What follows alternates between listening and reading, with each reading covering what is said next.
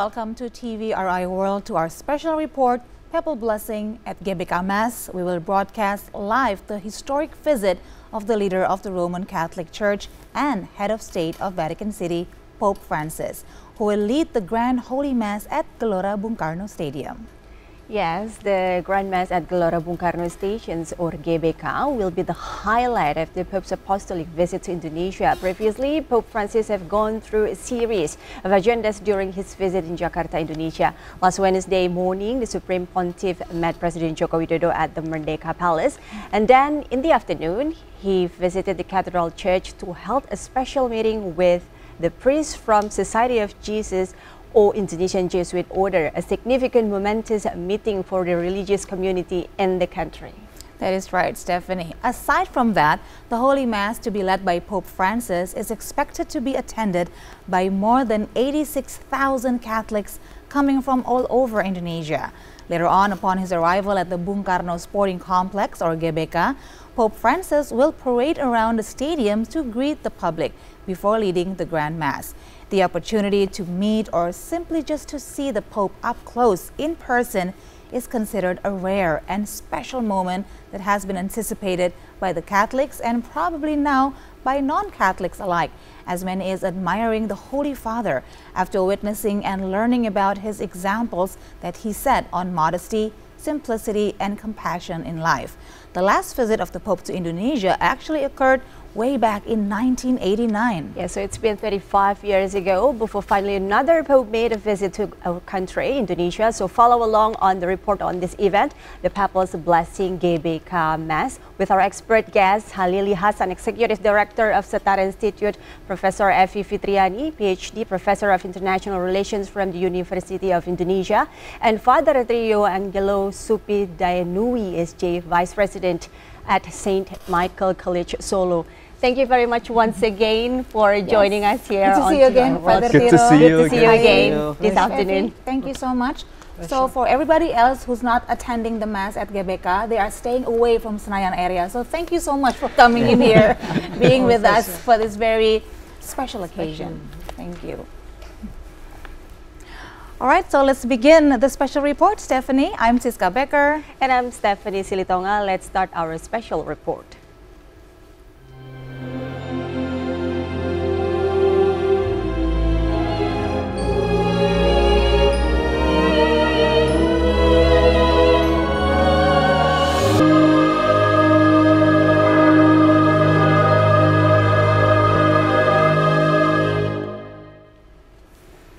Now let's begin our discussion with a very special guest. We would love to dissect further about the significance and importance of this visit, this very special event, the GBK Mass presided by Pope Francis, and of course to get your thoughts on the significance of this visit for the Indonesian people and the religious tolerance in Indonesia. Now, before in the previous program, we've asked Father Tiro and Mas Halili about the significance of this event, of the papal visit, and also about your personal highlights so far of the papal visit. But we haven't asked Prof. Evi yet, because this is the first time we've seen her in the live coverage from TVRI World. So before we discuss further, Prof. Evi, if you may please tell us what has been your personal highlight so far of the papal visit by Pope Francis in Indonesia. Thank you, Siska, for this opportunity. I think the visit by the Pope is very important, not only for Indonesia, but also the whole Southeast Asian countries, because this is the longest trip he has done, right?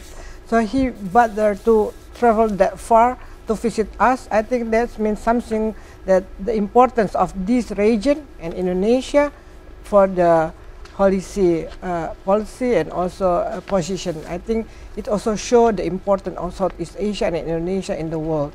So for us, actually, this is kind also a blessing, right? Not only for Catholic society in Indonesia, but also for the whole society of Indonesia, because the Pope visit is also means that the acknowledge of the role of Indonesia, not only as the biggest country in Southeast Asia, but also the country with the biggest Muslim population. Yeah.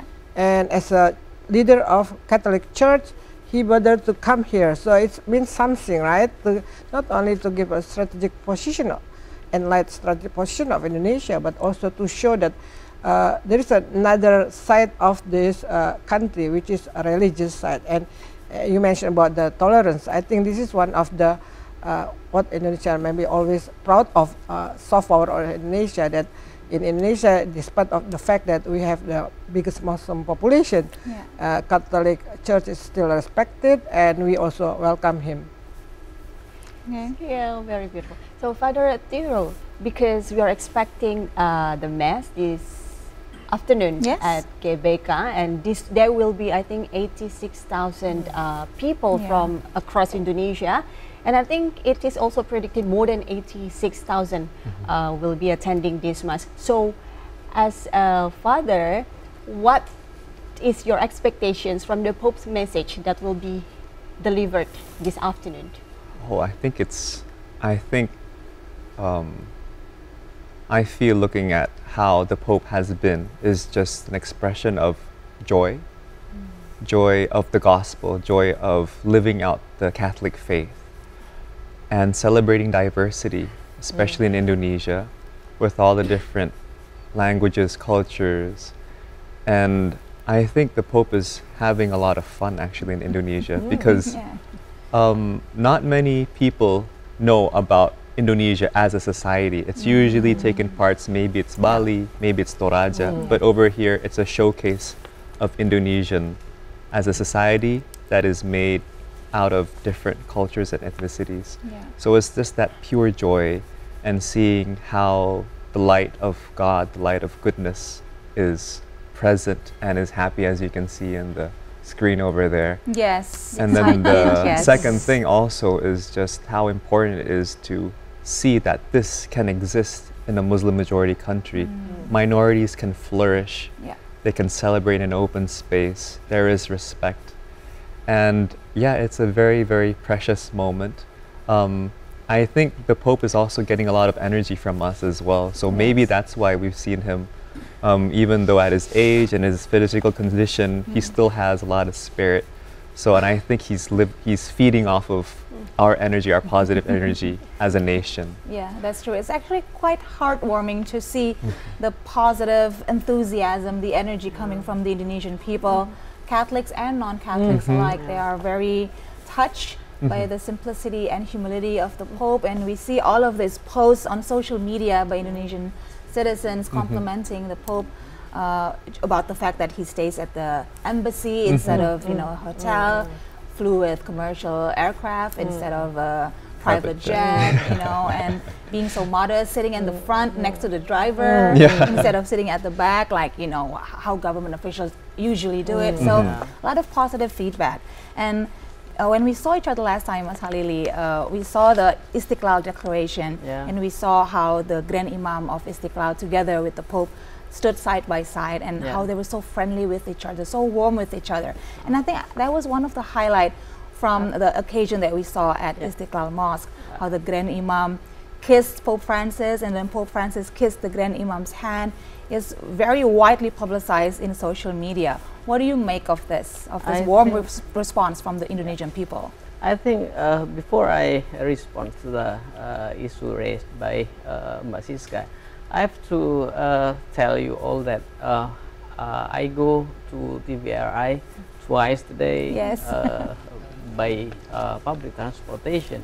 And I agree with what Father Tiro told us earlier on the support of all of us, not only Catholic society, as Professor told us earlier.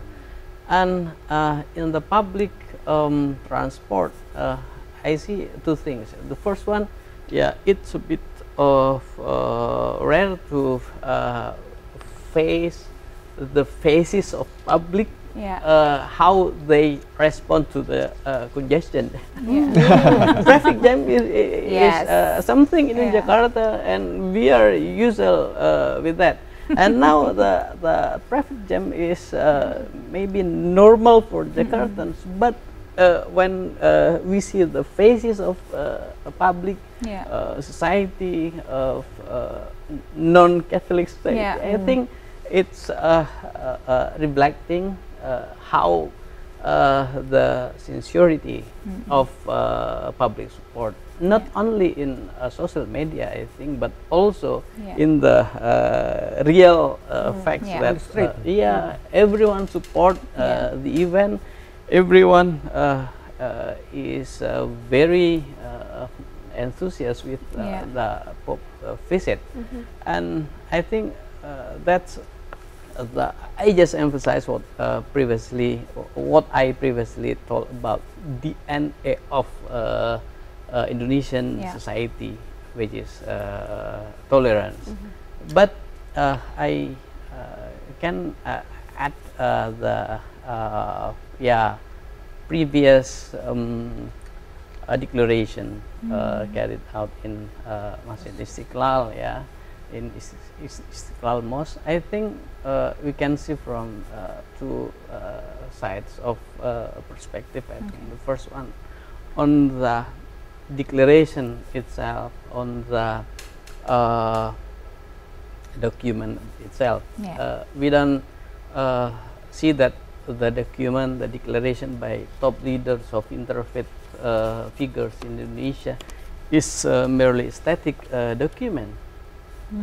It's not just sort of formality. For Indonesia, I think we also put the not only authority but agenda for the religious among us to the top leaders of us. As previously, I previously talked about feudalism in Indonesia. It will be very determined by how the top leaders behave, and the behavior of top leaders of interfaith in Indonesia will influence the behavior of society. That's also the first side of perspective is that, but the other is the issue itself. I at least note the three main issues about humanism, about tolerance, and about environmental issues. And in these issues, I think we have shared interest. The shared interest will lead us to the not only share perspective but also collaboration to deal with our nowadays problems, and it will lead to what we call it gotong royong. Each other will be in hand-on-hand work for achieving what the Pope yesterday said: justice, social justice.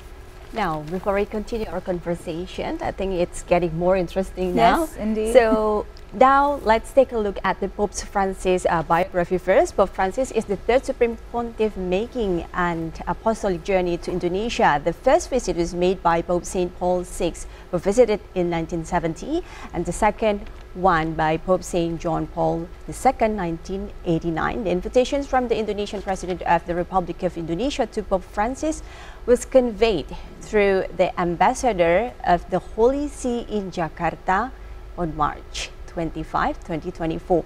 A previous plan for a visit to Indonesia back in 2020 had to be called off due to the COVID-19 pandemic. Now let's take a look on the brief profile of Pope Francis, the first Pope from the Americas and the Southern Hemisphere.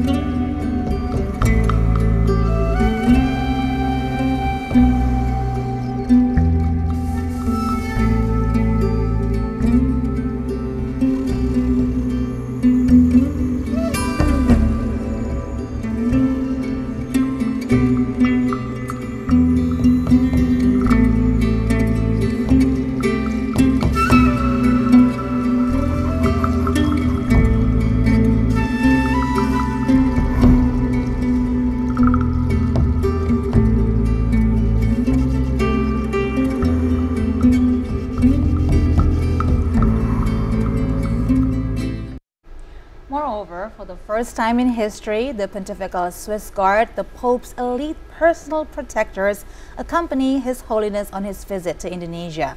Let's take a closer look at this centuries-old, historic, and most unique military unit and their crucial role in ensuring the safety of the Holy Father.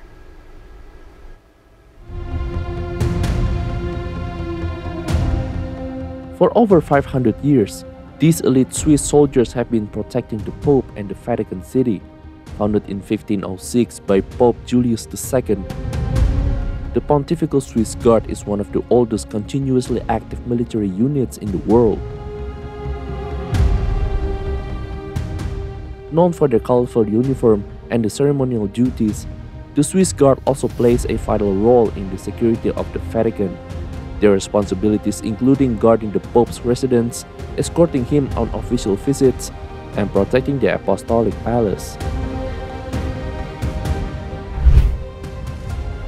The Swiss Guard is a highly selective unit, accepting only unmarried Swiss Catholic males between the ages of 19 and 30. Recruits undergo rigorous training, both military and cultural, to prepare them for their unique role. Despite their traditional appearance, the Swiss Guard is equipped with modern weapons and training. Their primary mission is to ensure the safety of the Pope and the Vatican, and they have proven their courage and dedication on the numerous occasions. The Pontifical Swiss Guard is a testament of the enduring power of tradition and the importance of the protecting religious leaders. Their dedication and service continue to inspire millions around the world.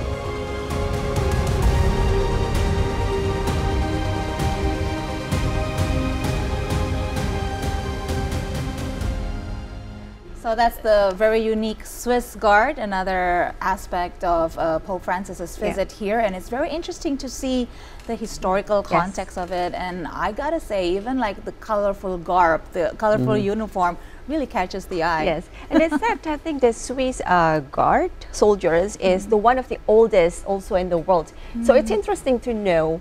So why does it have to be the Swiss soldiers? So Yes. I'd like to go to Father Father Tiro was just Tiro, explaining please. it to us actually. Shed us off a light air. on this. Yeah. Well, I think to just give a brief perspective of how it is, kids nowadays would just look on their phones and Google it or AI it, but you should always verify. Yes. But from what I know, that it comes back in a tradition during a time in Europe where there was a lot of disarray between the different Christian denominations and the Catholic Church. Yeah. And then during that time, there was a group of Swiss Catholic youth who want to pledge their lives in order to serve the Pope, in order to protect and serve the Pope. So it's got a lot to do with tradition and this commitment that, and even until now, there are still young Swiss nationals going to the Vatican and going through intense military training. Okay. So yeah. So they still uphold this tradition and this commitment Yes. until today. Yeah. Okay, that's very interesting. And although we see that it's quite old-fashioned in the way they present themselves, but in terms of technology and capabilities, it's one of the most modern military units in the world. Yeah. They will. I read about this and I was quietly impressed actually with the capabilities of the Swiss Guard. Very fascinating to learn more about them. Yeah, definitely. When they came, they were in their polo shirts, so we couldn't really tell what they were, but then, once they are in their attire, and then you know that they're the Swiss Guards, But I mean, as a military unit, very, very professional. When I entered the Vatican embassy, there was this very, very tall man in a suit, and I believe he might be a Swiss Guard undercover. So we had to really obey the protocol. No cell phones. I had to take off my ring. So no water bottles. Okay, so very strict. Very strict, and we had to go everything systematically, and that's in order for the Pope's visit, so it goes as smooth as possible. Okay. Yeah. Okay. Very interesting. Now, So, let's go back to the visuals, Siska. Let's take a look at GBK Stadium. We hear that actually at the stadium, President Joko Widodo and Minister Luhut Binsar Panjaitan is already there in attendance. Yeah. We're going to take a look to see how it is right now. Oh, very full. Oh wow, the It crowd is so crowded, but also very organized. Yeah. Very Very organized, happy to yeah. see that everything is so organized. Even earlier in the day, Yeah. when we took that lunch break, Yes. Stephanie, we had We a saw look people, at the yeah. Gbk area, and everything was so organized. People were just enjoying themselves. The Yeah. mood was jubilant. Yeah. It was happy. It was joyful. We're still at the Stadion Madya, yeah. They're still congregating at Stadion Madya, not yet to the Gbk Yeah, not Stadium. yet. Yeah. But as you can see, there's a lot of students, a lot of people from different churches, different parochies, and I think we're actually seeing another show of the Indonesian culture being presented here. Yeah. Ini So- orang Bugis. Yeah, and I think they might be priests and nuns, but it Oh, might be okay. a collaboration. But The one one performing thing, right now. yeah. Okay. But one thing that I find very fascinating and admirable was how organized the bishops' conference Yes. in doing this since like 3 months ago, and then how every church had a quota of 3 to 5 people. Okay, is that the and quota for each church? for each church, and then there's like, and so parishioners get to vote. So, and it's all the churches throughout Indonesia, Okay. and it's very systematic. All right. Everybody has their bracelets with a QR code telling you Okay. when your bus is going to leave and when you should board and where you should meet. So, All right. Now I think we are Yeah. Very seeing meticulous the- organizing. yes, So I we think see we're seeing the Pope car. Francis the kijang is approaching. arrived, The hybrid Gbk. car that he insisted upon. eco-friendly. Yeah. Eco-friendly. Again, leading by example. Exactly. He's very strong on environmental issues and delivering messages of environmental preservation. And here we see Yeah. a true example of how he does Role it. model. Ya. So now entering the Gbk complex area. Yes. It's already being cleared since earlier today. Yeah. It's been a good, smooth preparation as well. Yes, Everything is so well organized. that's true. Well, that tall guy was the one Yeah, at yeah. the Vatican. I can spot a Swiss guard now, I think. Now we That's can President see Joko President Joko Widodo. Widodo. Mhm. Welcoming Pope Francis. With Pak Luhut Yeah. Binsar. I think Pak Luhut Binsar Panjaitan commented earlier that this will be his second Pope visit. Visit. Yeah, after Pope John Paul II in 1989. You can see he's very excited to welcome the Pope to the biggest sports stadium in Jakarta and of course in Indonesia. Yeah, now the Pope is getting ready to get off the car.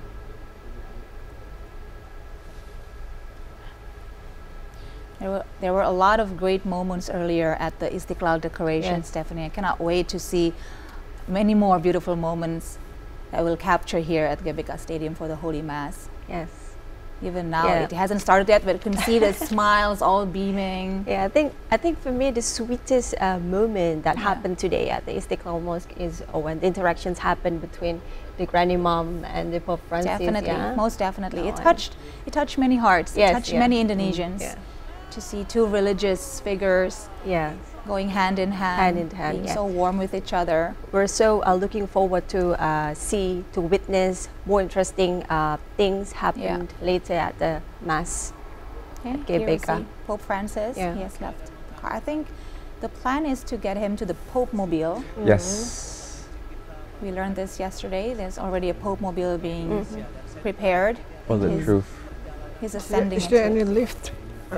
Does he have to climb the I stairs? Is think there any lift? might be some sort of forklift mechanism, Yeah. but it seems that It he seems is. that Oh there no, he is. he's climbing. He's climbing on he's his climbing own. the Yeah. stairs. Using all of his energy. My goodness. Still smiling though. dan umat yang di sana, silakan bergembira menyambut kedatangan Bapak Suci kita di Stadion Madia. I'm gonna get a heart Ditemani attack. oleh Bapak Kardinal Ignatius Oh, he's Sumanyo. there with the cardinal. Okay, that's the cardinal behind him. Okay. So he's the leader of the Jakarta Archdiocese. Okay, we can see around there, there's a lot of security personnel Yes. from Indonesia, the National Police and TNI, I think have deployed 9,000 personnel to make sure Yeah. of the safety of the Pope and his entourage di during this Indonesia. papal visit in Jakarta.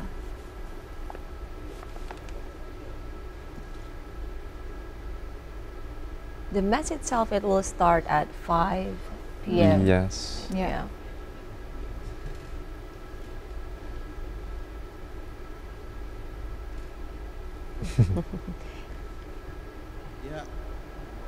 Mulai It's gonna be the berjalan. last mass, misa, the last misa. Yes. The last, perhaps the last, Last mass in public Indonesia. Indonesia, because he will be going, I heard, on Garuda to Port Port Moresby. Oh.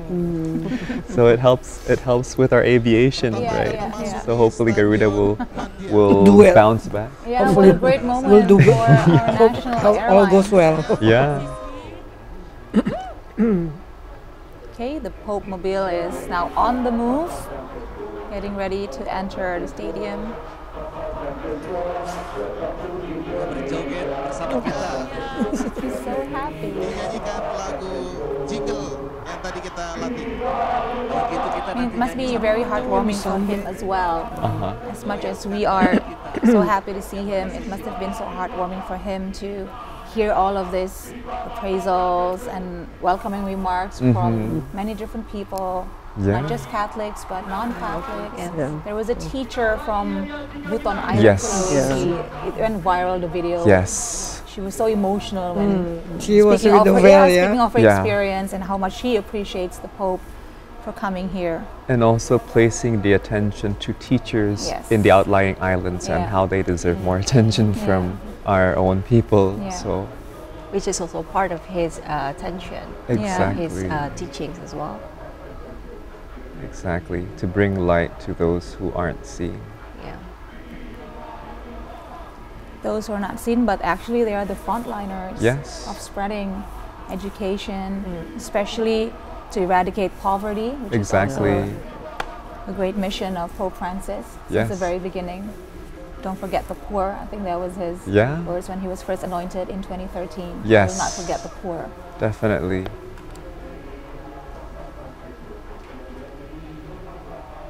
Oh man, I wish I was there. I think all of us right now wish we could be there Yeah.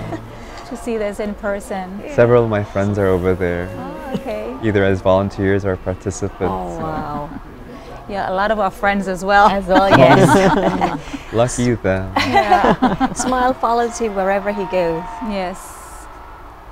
So this is the Madhya Stadium. Once Yeah. again, it's Senayan complex area. And I believe all the different church groups are color coded. So you might see somebody from a group from Bangka, Yeah. another group from Manado or from Papua. Okay. Because the invitation goes through all the churches, Yeah. the Catholic churches in Okay. Indonesia. We passed by a group of school children, I think from Central Java earlier, Yes. Stephanie, when we had We our saw lunch. it Yeah, earlier, I was so yeah. excited to enjoy Senayan area. Oh. To let's have some culinary adventure before we see the Pope, all in Javanese. It was very exciting Yeah. actually to hear all these people congregating I from should all have- over Indonesia. I should have walked. I should have walked around. Yeah, and yeah, you could have.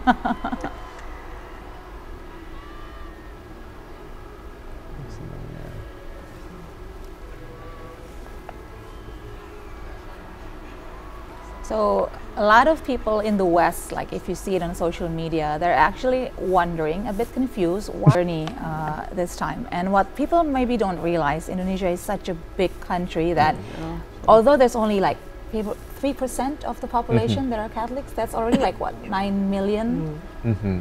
So a lot of Catholics actually reside here in Indonesia. I think it's an eye-opening thing for everybody to see in the world that there Yes. are actually a lot of Catholics that live Yes. here in Indonesia. And people tend to forget that currently a lot of priests and nuns working in Europe and Eastern European countries, Yeah.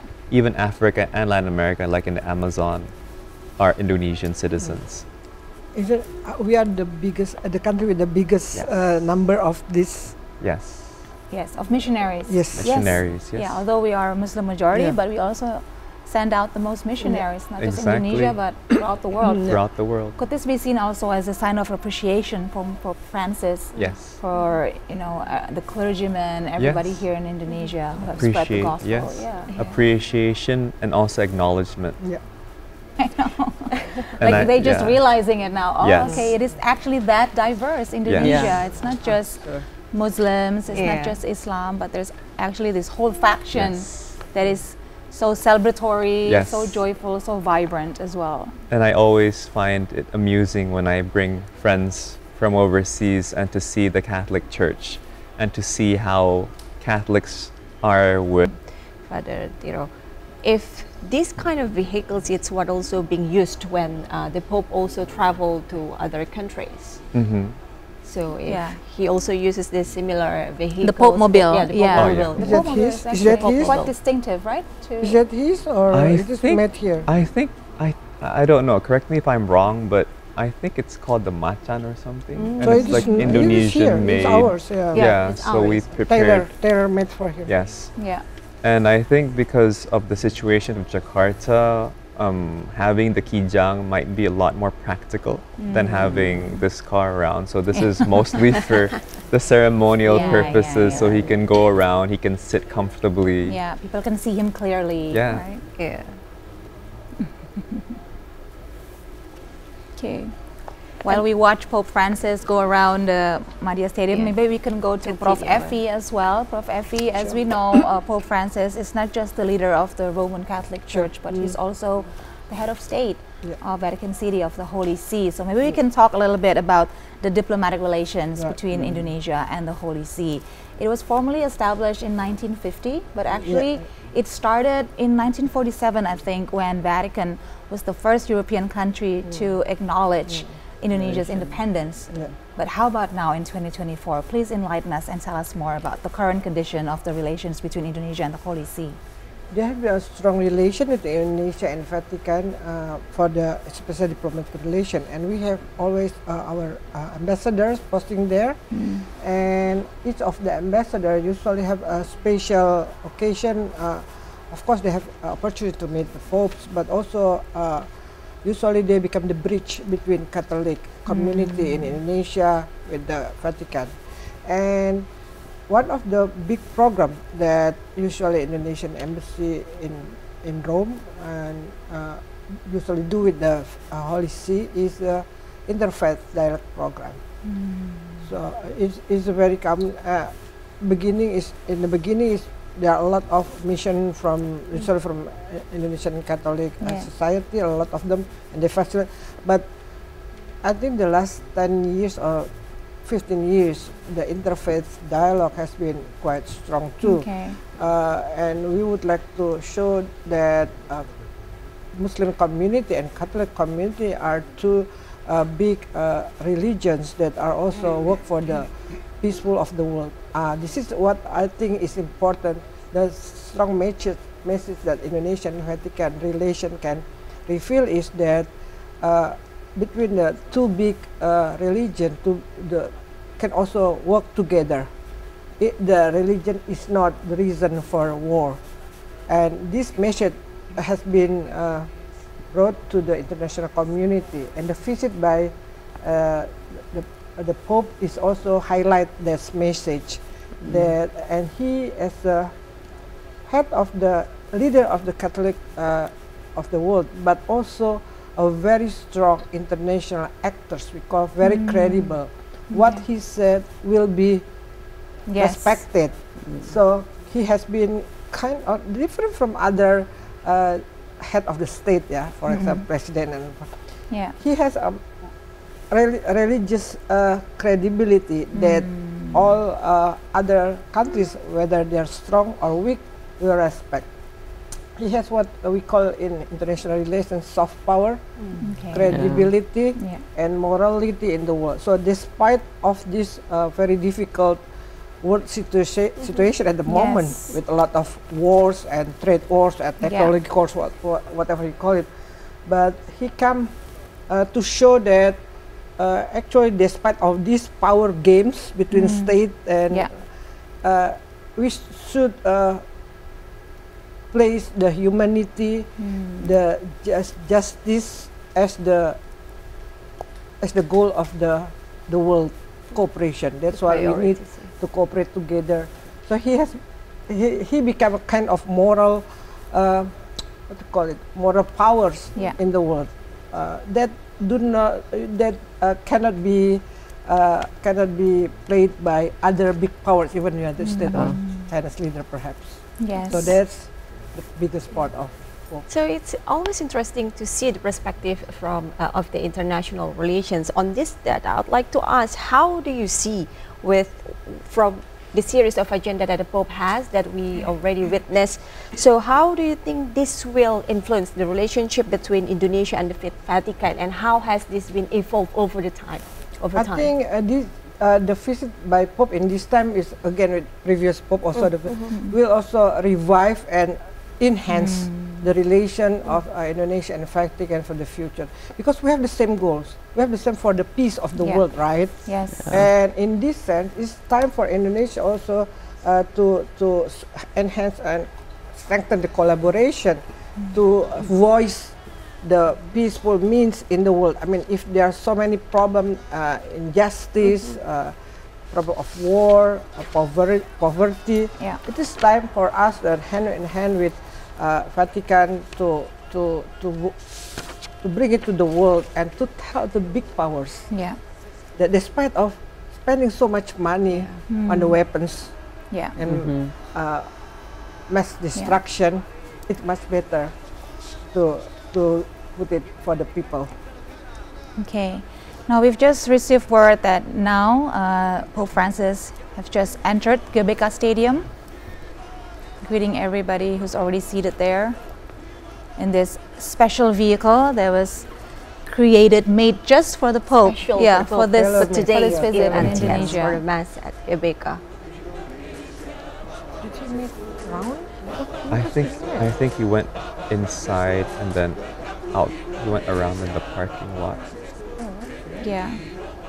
First went to the Madya Stadium, and then now it's GBK Stadium. Oh, so it was accommodate. I think people from across Indonesia come to see the Pope, right? So they have a place where they could see from a jumbotron. Yeah. But then the Catholics who did not receive the entrance, the invitation, there are the churches would organize showings together. So it's like nobar. In their own church. In their own church. So it's sort of like a Taylor Swift concert for the Catholics. There was a kind of ticket war in all of those churches to get that quota that you mentioned. Wow. Everybody wanted to attend. Everybody. So it must be quite difficult for the invitation. So. And to organize such a big number of people, organized institution in the world. So no wonder. I went to a Catholic school for 6 years, so I know exactly what you mean. So actually, the name of the car is not Macan but Maung. So there's Sunda pride there. Sunda pride. Interesting. Maung. Made by Pindad. Pindah, Pindad. It's military car. It's military car. We're going to have a closer look and watch the live feed from GBK Stadium to truly capture the energy and the vibe there. Let's have a listen and have a look.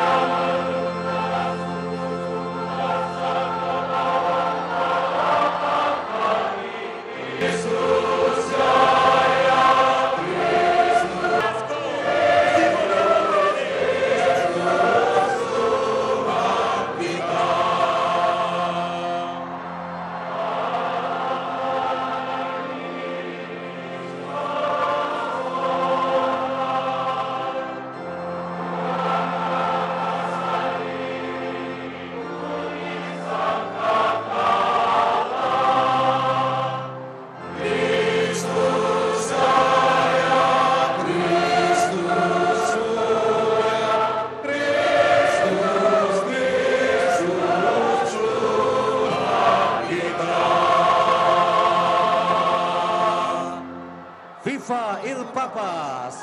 Kita nyanyikan lagi jingle kita.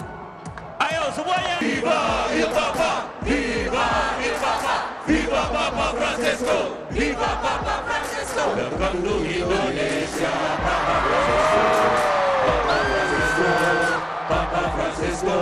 Welcome to Indonesia, Papa Francesco. Bienvenido, Papa Francesco.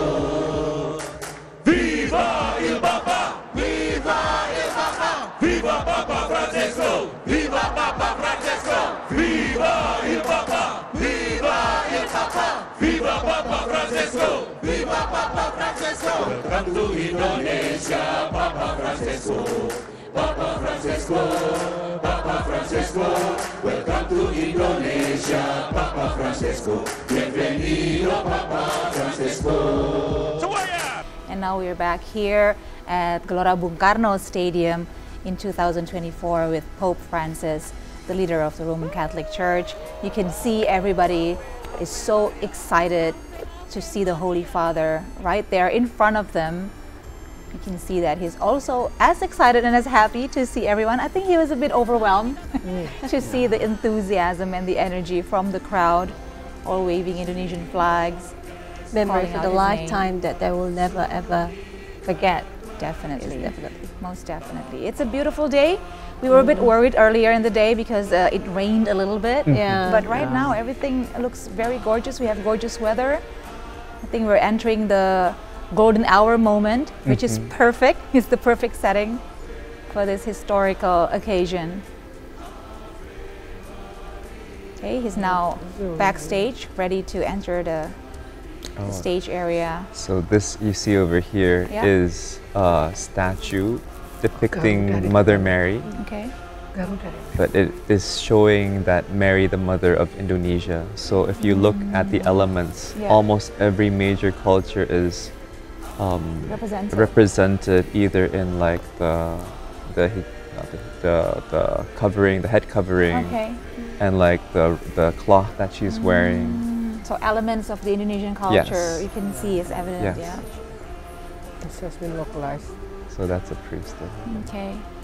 So throughout this visit, we see a lot of moments and occasions when elements of traditional Indonesian culture is married with elements of Catholicism. Is this something that is purposeful to show that how religion and tradition can actually coexist peacefully together? Yes. Yes. One thing that I'm really excited to talk about Yeah. is how the Catholic Church, through its official documents, states that God's light exudes through cultures of all places, Okay. and therefore appreciation of the local culture is encouraged, Okay. so that we could see the goodness of God exuding through Yeah. all that is good in that culture, Okay. and that culture is highlighted, I see. and the culture of violence Yeah. is left behind. So it's about just bringing out the good, the beautiful. Yeah. So it's it might be a little bit shocking for somebody to, for example, if they were to see a church in the eastern islands of Papua, Yeah. where their outfits are different. But once you get the concept of why, of the symbolism of their dress, of their dances, you can see how goodness in life Yeah. is expressed through dance and through song. Yeah, that's true. But yeah, so Then you go to churches in Manado and you'll hear the church Yeah. songs being played with kolintang. for exactly, instance. and in Yeah. Java you would hear it gamelan. Okay. So Yeah. so there are so it's all written in our hymnal book, and it's even written like for example, for more meditative kinds of music, we Okay. recommend you singing the Javanese songs. Ah, okay. For more joyful ones, the Eastern Indonesian songs Yeah. or the Batak songs. Yeah. I think it was mentioned by Pope Francis during his speech at the cathedral, where he said, everything that is beautiful in Indonesia, it comes from God, the nature, and including the culture. So the And culture the is a gift different from God. religions. Yeah, and the different religion as well. So it should be celebrated and enjoyed Exactly. and highlighted. Yes. And it should not be uniformed all around. No. We Yeah. should all be grateful for the differences that we have, the richness of our culture.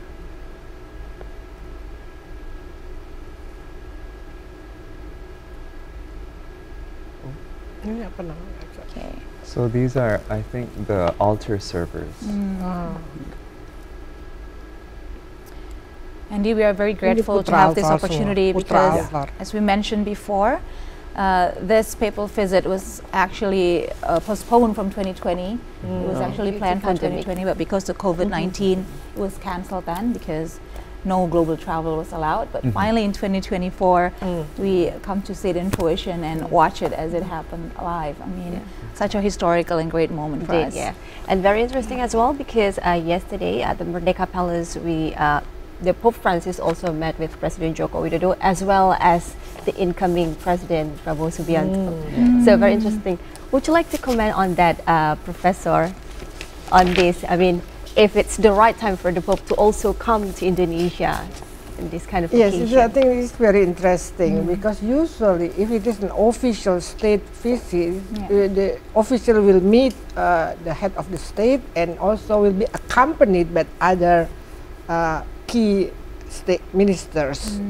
So in this sense, I think Pak Prabowo is perceived as a key minister. Yeah. There will be president to be right at the same time. Well, I just wonder whether he got blessing at the time. Oh, okay, that's even better then. Yeah. I think he extended his good wishes to the to the upcoming president.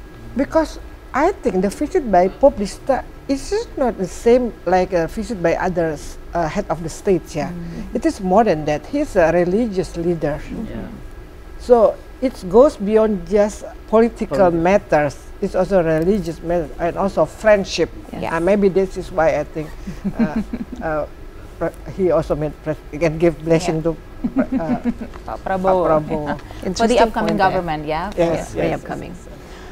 Okay, I think we have praying. more live feed from GBK Stadium. People are waiting for Pope Francis, His Holy Father, to ascend to the stage or give his blessings and preside over the Mass, the Holy Mass, to the awaiting crowd. Let's try to have a look and have a listen.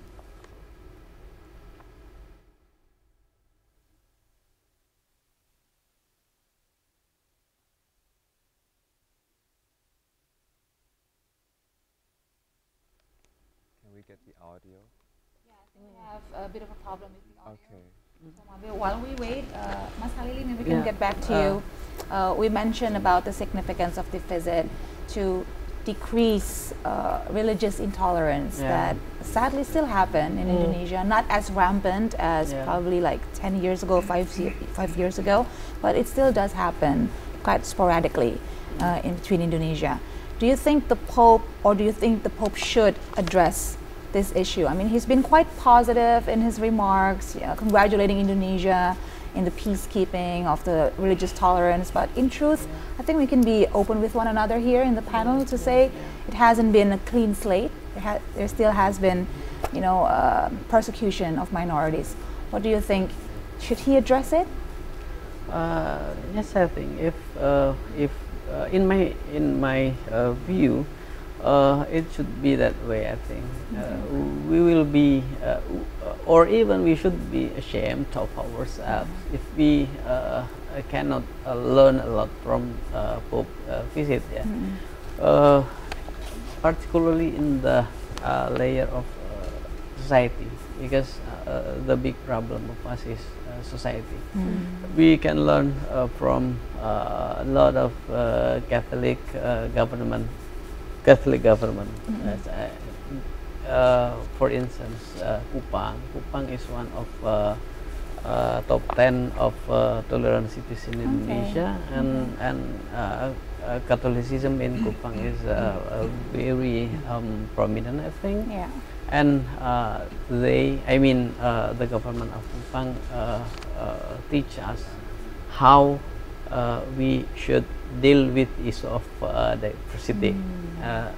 For instance, the case of PBM or Ministerial Decree 2006, that in several regions of Indonesia, in several provinces, there are so much restriction against minority to propose the establishment of the church or yeah, the house of worships, Yeah. for minority. Yeah, still a problem for many communities. Yeah, but in Kupang there is a facility, Yeah. a political facility, public facility to deal with the issue if the minority there face the constraints, the burdens to, Okay. for instance, asking the permission relating to the administrative requirement, the support of what you call formula of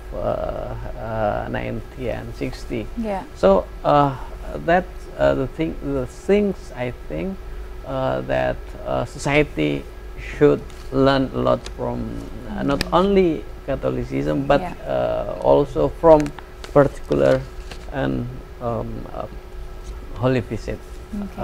apostolic visit of Yeah. the Pope here. So I think the approach of us on that sense, on the sense of religious tolerance, should be swift from the top down to bottom up, and so much not only Catholic society but also all of us contribute to what Mbak Siska previously told us about sporadic Yeah. cases, but it's repeatedly, if we look at carefully to the data, Yeah. we see not only in maybe conservative society as like several main provinces in Java, in West Java, or in East Java,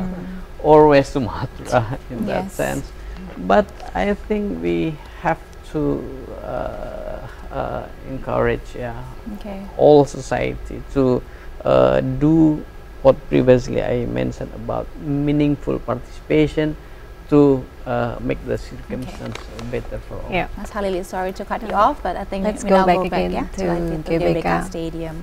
For Pope Francis just enters the altar at GBK Stadium, Jakarta, Indonesia.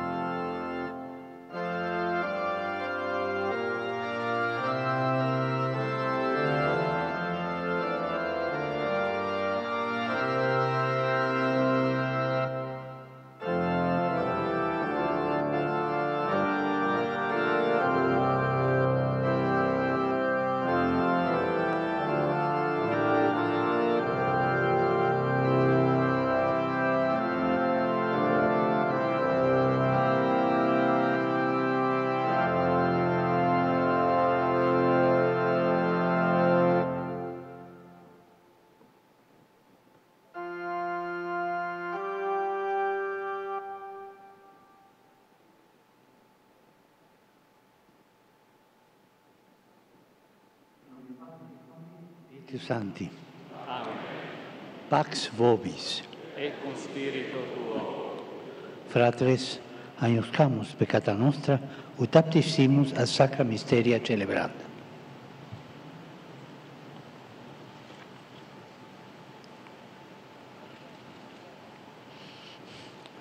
Saya mengaku.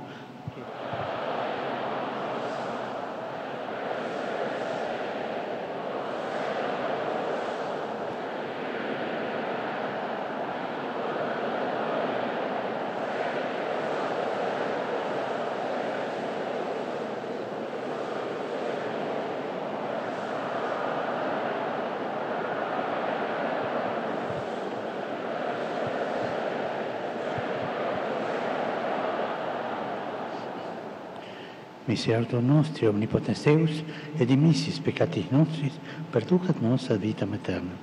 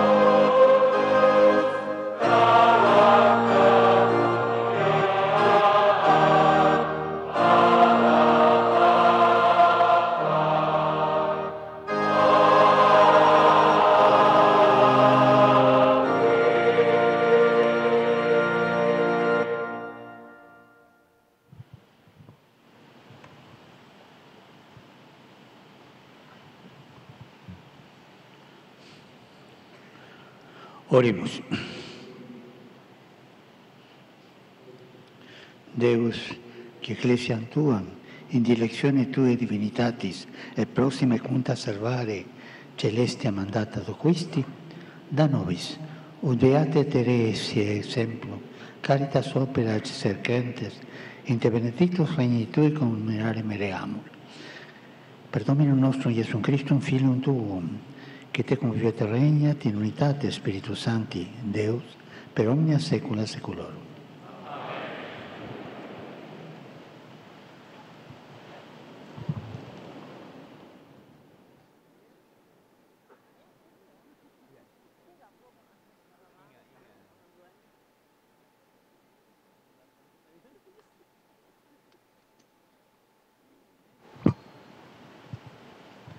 Bacaan dari surat pertama Rasul Paulus kepada jemaat di Korintus.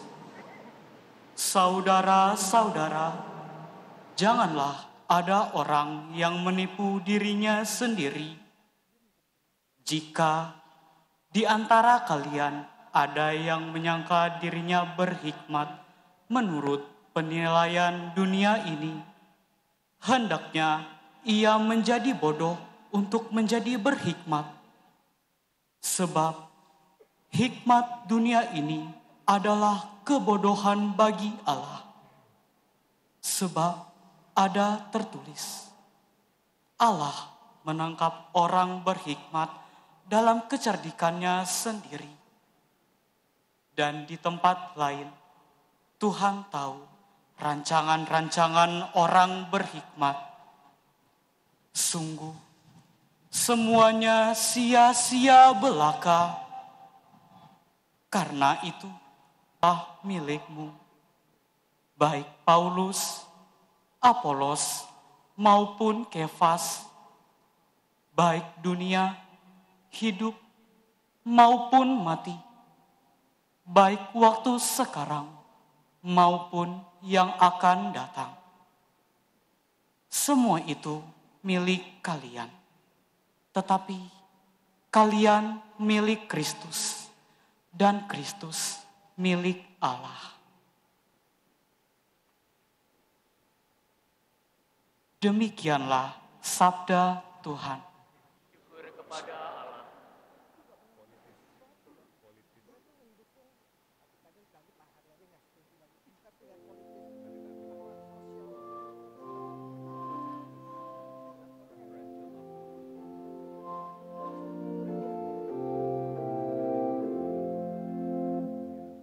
Milik Tuhanlah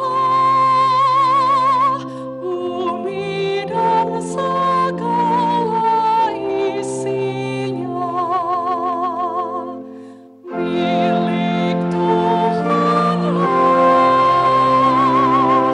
bumi dan segala isinya. Milik Tuhanlah bumi dan segala isinya, jagat dan semua yang diam di dalamnya. Sebab Dialah yang mendasarkan bumi di atas lautan dan menegakkannya di atas sungai-sungai. Milik Tuhanlah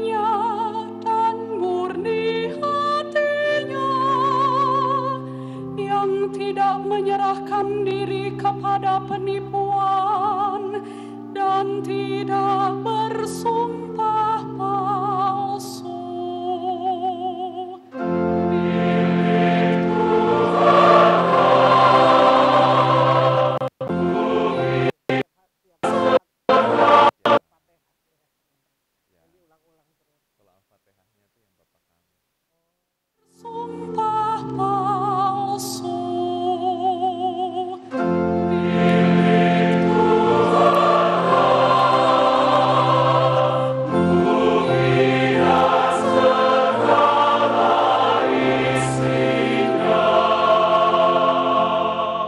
Dialah yang akan menerima berkat dari Tuhan dan keadilan Allah penyelamatnya. Itulah angkatan orang-orang yang mencari Tuhan, yang mencari wajah-Mu, ya Allah Yakub. Milik Tuhan, bumi dan segala isinya.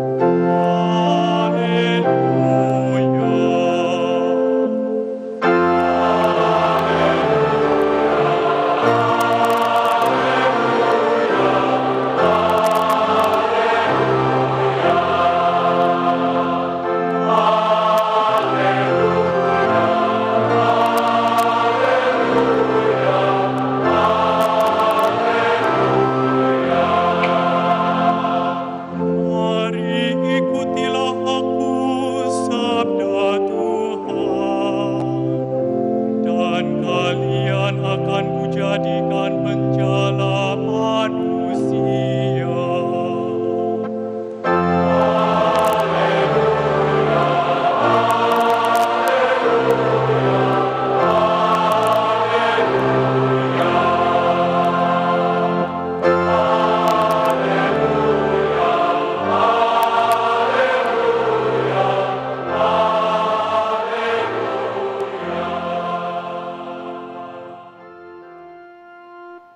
Tuhan bersamamu.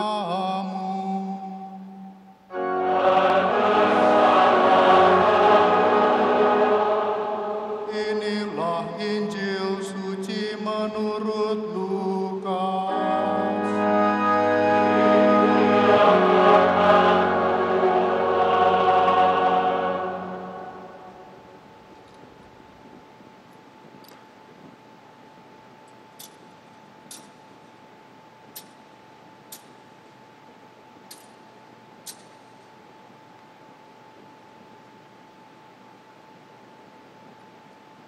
Pada suatu ketika, Yesus berdiri di pantai Danau Genesaret. Banyak orang mengerumuni Dia, hendak mendengarkan firman Allah. Yesus melihat dua perahu di tepi pantai. Nelayan-nelayan telah turun dan sedang membersihkan jalan. Yesus naik ke dalam salah satu perahu itu, yaitu perahu Simon, dan menyuruh dia mendorong perahunya sedikit jauh dari pantai. Lalu Yesus duduk dan mengajar orang banyak dari atas perahu. Setelah selesai berbicara, Yesus berkata kepada Simon, "Bertolaklah ke tempat yang dalam dan tebarkanlah jalamu untuk menangkap ikan." Simon menjawab, "Guru, telah sepanjang malam kami bekerja keras dan kami tidak menangkap apa-apa. Tetapi karena perkataanmu itu, aku akan menebarkan jala juga." Setelah melakukannya, mereka menangkap sejumlah besar ikan, sehingga jala mereka mulai koyak. Lalu mereka memberi isyarat kepada teman-temannya di perahu yang lain supaya mereka datang membantunya.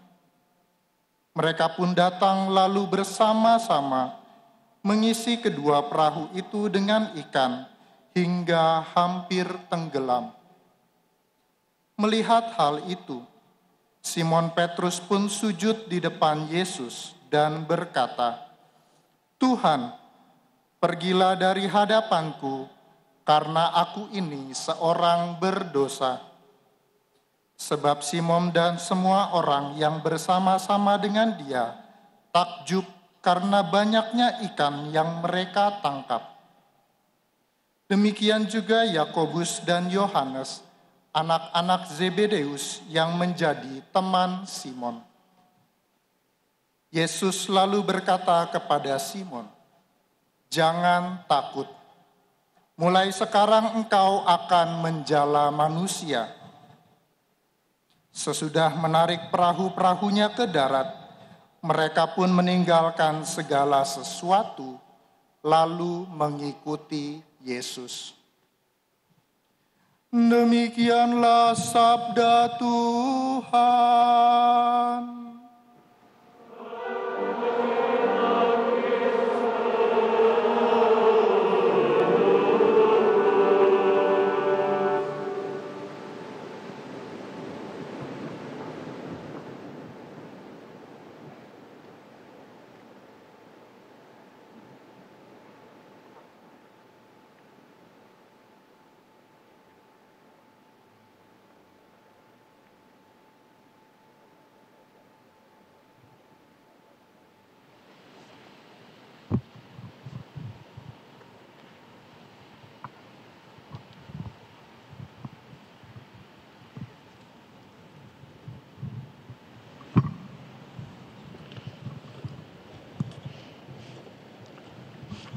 Traduzione come si fa?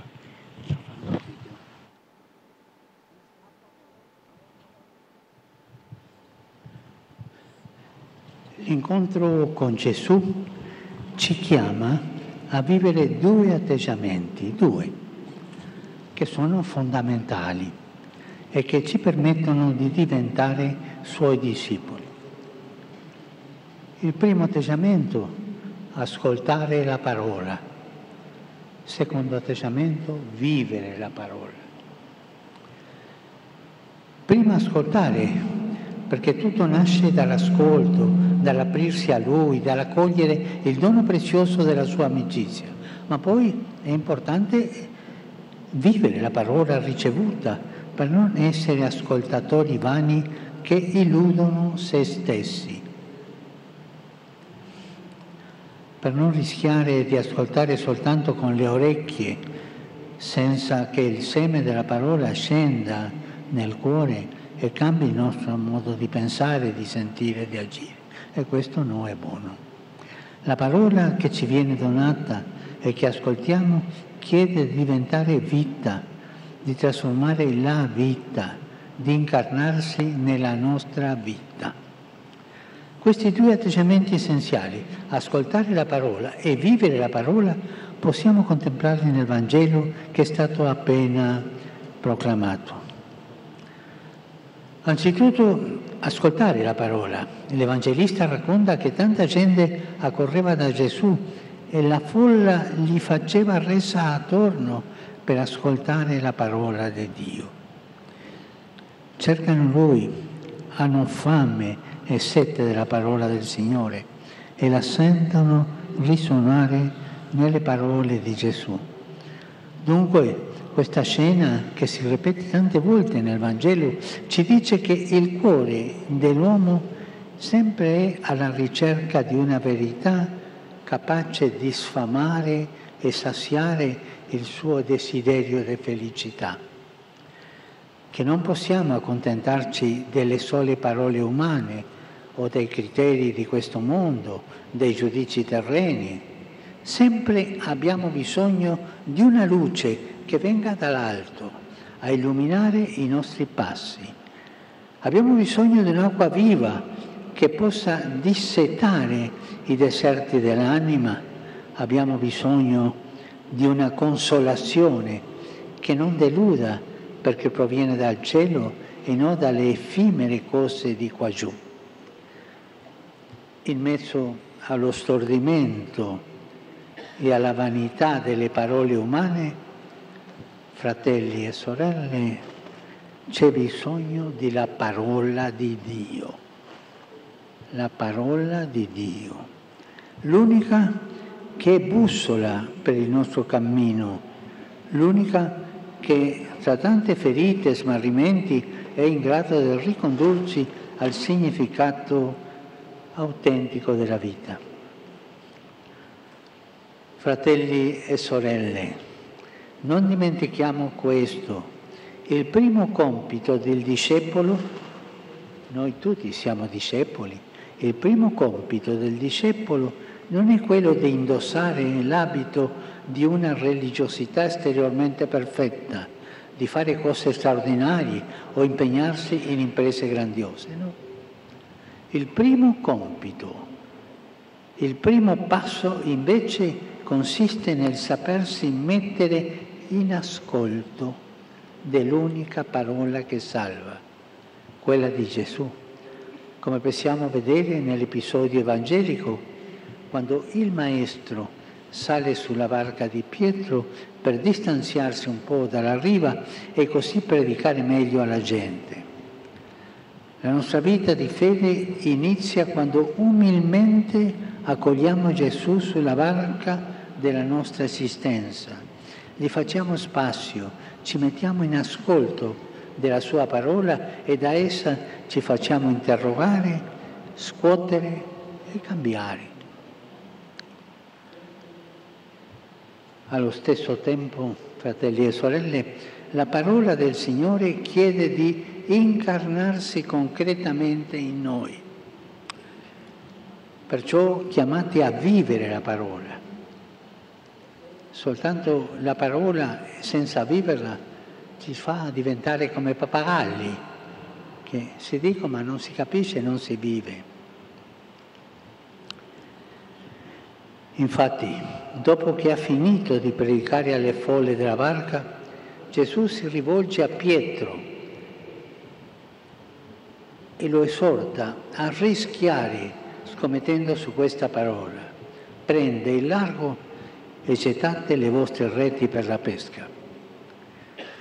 La parola del Signore non può restare una bella idea astratta o suscitare soltanto l'emozione di un momento. Essa ci chiede di cambiare il nostro sguardo, di lasciarci trasformare il cuore a immagine di quello di Cristo. La parola ci chiama a gettare con coraggio le reti del Vangelo in mezzo al mare del mondo, correndo il rischio, sì, correndo il rischio di vivere l'amore che Lui ci ha insegnato e ha vissuto per primo. Anche a noi, fratelli e sorelle, il Signore, con la forza bruciante della Sua parola, chiede di prendere il largo, di staccarci dalle rive stagnanti delle cattive abitudini, delle paure e delle mediocrità, per osare una nuova vita. La mediocrità piace al diavolo, perché entra lì e ci rovina.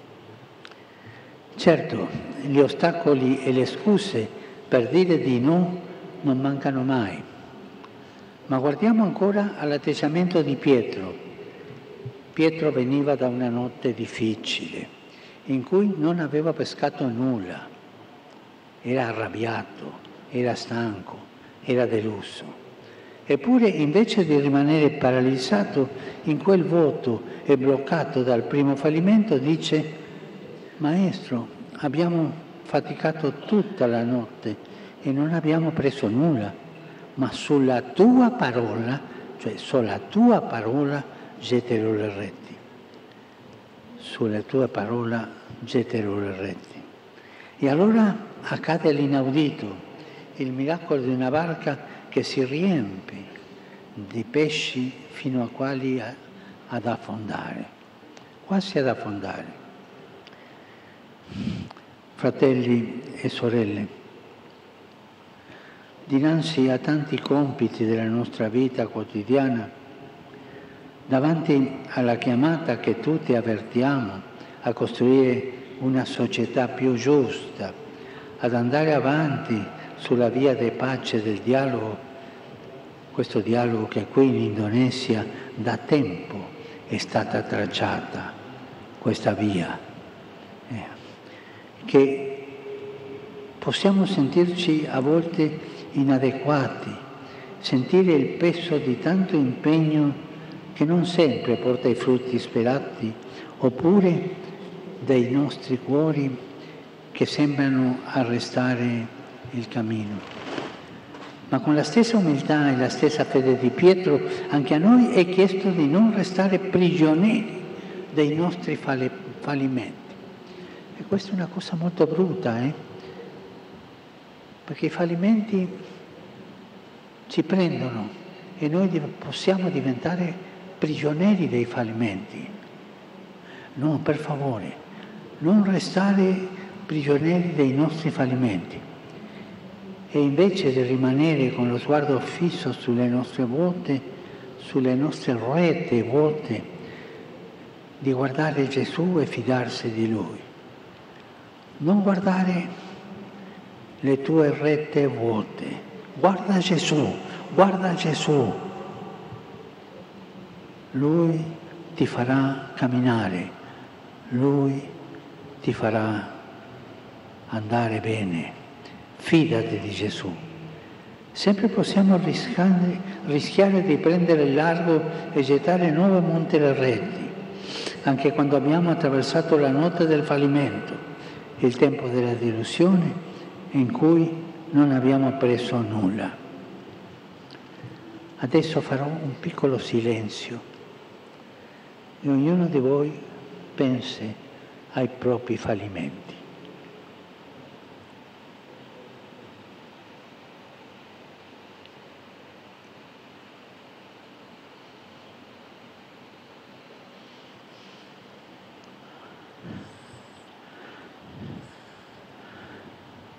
E guardando questi fallimenti rischiamo, andiamo avanti col coraggio della parola di Dio.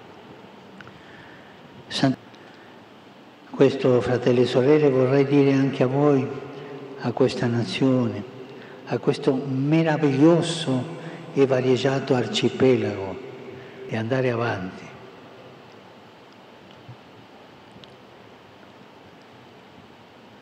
E siate costruttori di pace, siate costruttori di speranza. Questo è il desiderio espresso di recente dai vescovi del Paese e augurio che anche io vorrei rivolgere a tutto il popolo indonesiano: camminare insieme per il bene della società e della Chiesa.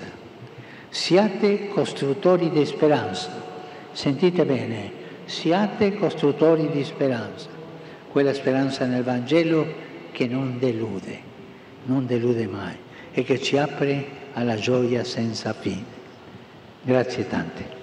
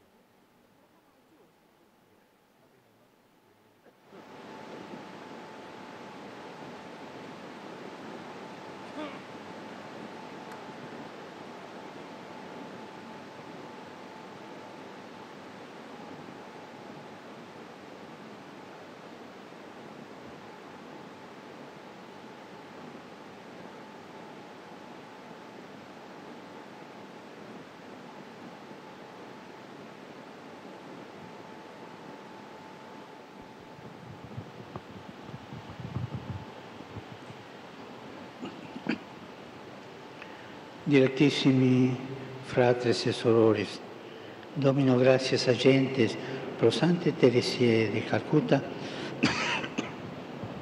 fidei claro testimonio preces nostras atulamos fidenter.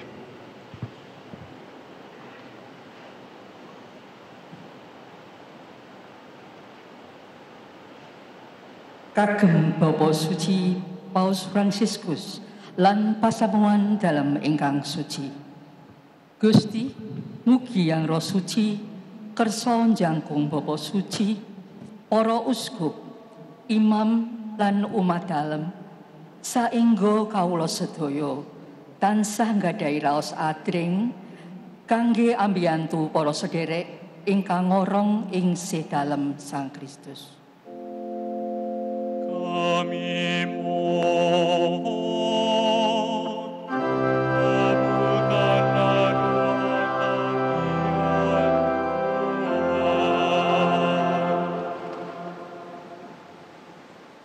Dipatuktun lako tomak parenta sia akele na to Buddha.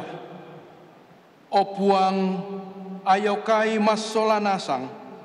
Denaupa anak apa tuna kombongan. Sia nalan kadarapa, laum pabutu, sia umpo pembua kameloan nato Buddha. Tenmi den nupa, anna tontong kina, ungkarimani katuan sia anggana si misa tau. Untanun katuanan nato Buddha, naponoi kasih kalewan, sia kamarampasan. Kami mohon,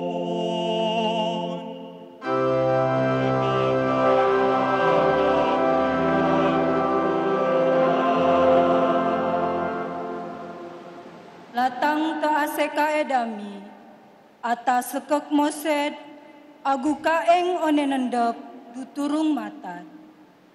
Landing lebeti, letua mosed, agu lerenco tanalino. Mori, senget ke gesar agu tilir one mainai dise, porong sangget aseka edami, ata dianai, nganceng padirwai rentusai, teteti mendo dise, neho lorong, degauk dia de Santa Teresa, laumai Kalkuta. kami mohon.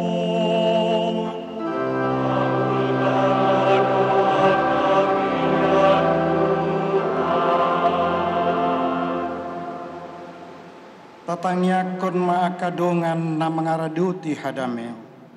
Anggiat ma di pargugoy debata akadongatan na mangaraduti hadameo. Asa margugo na sida mangulahon tohonan na. Laho patuduhon hararoni debata na mambuan hadameo tu bortibion. Jala anggiat mana sida totong gir-gir jala barani. Patuduhon para lalean na denggan diganu gulmi ni parnguluan ni masyarakat. Marhite pakobason ni nasida. Kami mohon, kabulkanlah doa kami ya Tuhan. Oh pamahjubata kami nang ada Kak Subayat. Lindungilah saganap talino Katolik ka negara Indonesia, man kalamutan ati kita nang putih turi. Nang ina babatas ngasihi kami sabaya talino. Kuat kangkap man iman kak kita. Keknya kami mampu memuat masa depan. Adapat man bela rasa kak samilikat samenakan page samua kami talino. Kami mohon, kabulkanlah doa kami ya Tuhan. Nahan genanggo bangsa Indonesia, alawi ahe pekau pakai noken bangsa kerukunan, pololi yah yakod bekai, yakod rasa ya ehe bangsa negara, ehe otih anim biawa ninggap tika napkakna hibe, Yumlik ani membutuhkan sene hayatlah kedamaian. Kami mohon, kabulkanlah doa kami ya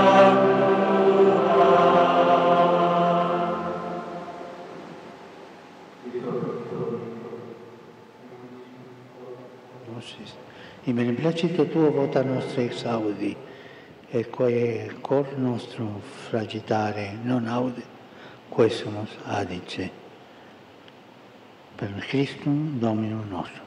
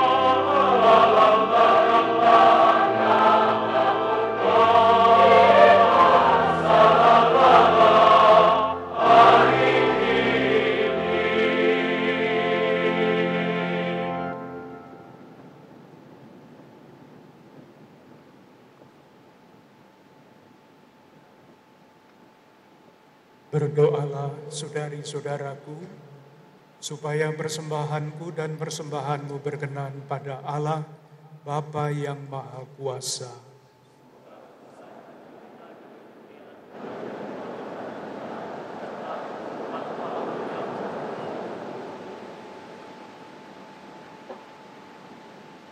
Susipe Domine, munera populi tui et presta, ut qui fili tui mense caritatis opus recolibus, intui et proximi dilectioni, beate Teresi exemplo confirmemur, per Christum Dominum nostrum.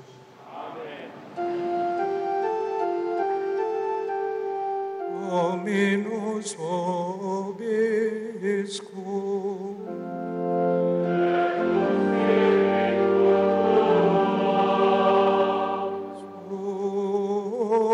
Sursum corda.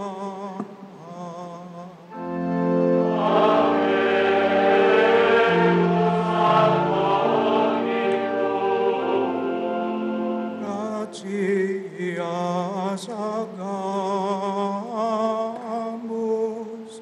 Domino Deo nostrum.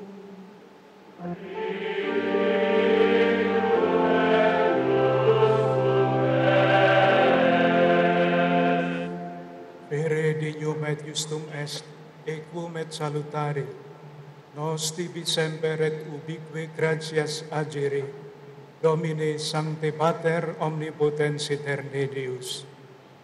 In sanctis enim, qui Christo se dedicaverunt propter regnum celorum, tuam decet providentiam celebrare mirabilem, qua humanam substantiam, et ad prime originis revocas sanctitatem, et perducis ad experienda dona, ve in novo seculo sunt habenda.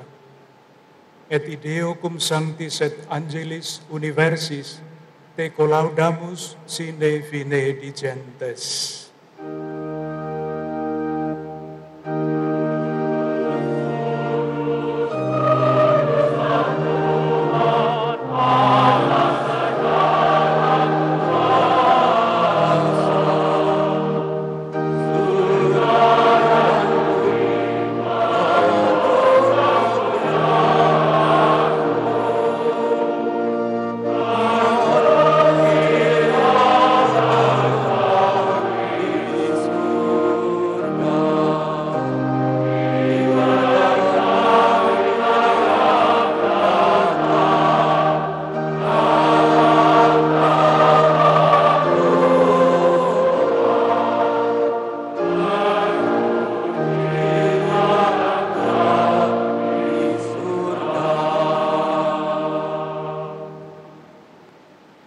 Sanctus es Domine, et merito te laudat omnis a te condita creatura. Via per filium tuum, Dominum nostrum Iesum Christum, Spiritus Sancti operante virtute, vivificas ex sanctificas universa, et populum tibi congregare non desinis, ut a solis ortu, usque ad occasum, oblatio munda overatur nomine tuo. Supplices ergo te Domine deprecamur, ut ec munera, vetibi sacranda virtulibus, eodam Spiritus sanctificare digneris, ut corpus et sanguis fiant, Filii Domini nostri Iesu Christi, quis mandato ec mysteria celebramus. Ipse enim in qua nocte tradebatur, accepit panem, et ibi gratias agens benedixit, fregit, dedique discipulis suis dicens, accipite et mandate ex hoc omnes, hoc est enim corpus meum, quod pro vobis tradetur.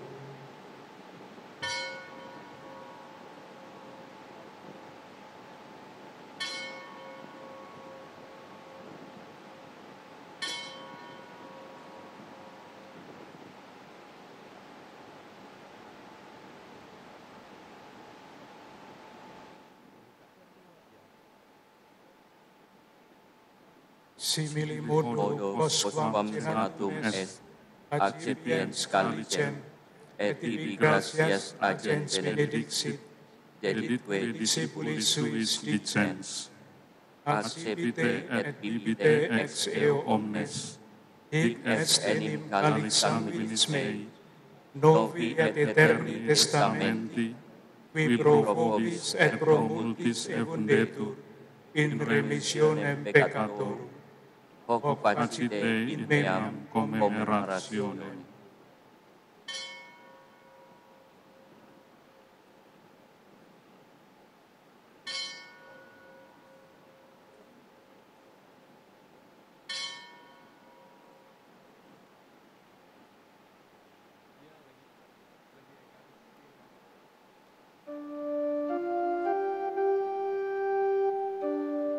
Marilah menyatakan misteri iman kita.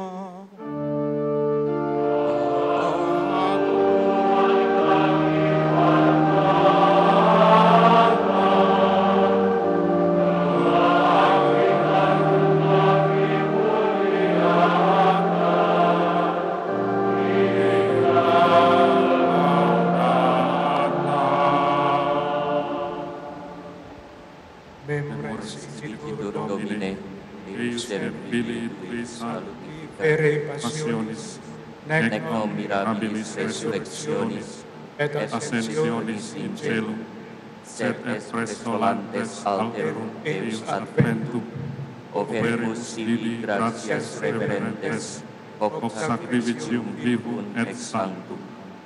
Respice que sumus in oblationem ecclesiae Tua, et agnosem hostiam, cuius voluisti immolatione placari, concede ut tui corpore et sanguine, Filii Tui principimur, Spiritu eius Sancto repleti, unum corpus et unum spiritus, inveniamur in Christo. Ipse non tibi perficiat munus aeternum, ut cum electis tuis hereditatem conseque faleamus, in primis cum beatissima Vergine Dei Genetrice Maria, cum beato Iosep Iusponso, cum beato apostolis tuis et gloriosus martiribus et omnibus sanctis, quorum intercessione perpetua apud te confidimus adiuvari. Hec hostia nostre reconciliationis proficiat, que sumus Domine, ad totius mundi pacem atque salutem. Ecclesiam Tuam peregrinantem in terra, in fide et caritate firmare digneris.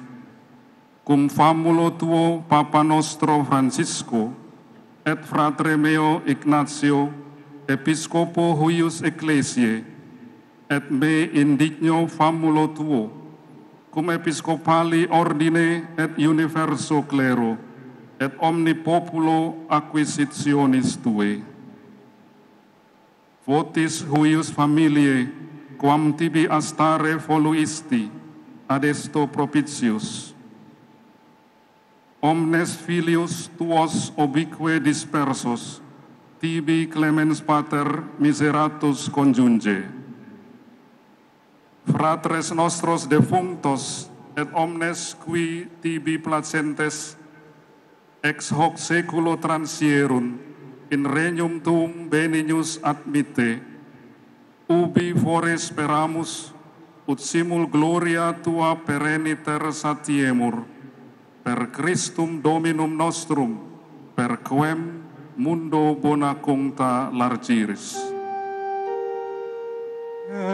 Ipsum et cum ipso et in ipso, est tibi Deo Patri omnipotenti, in unitate Spiritus Sancti, omnis honor et gloria, per omnia saecula saeculorum.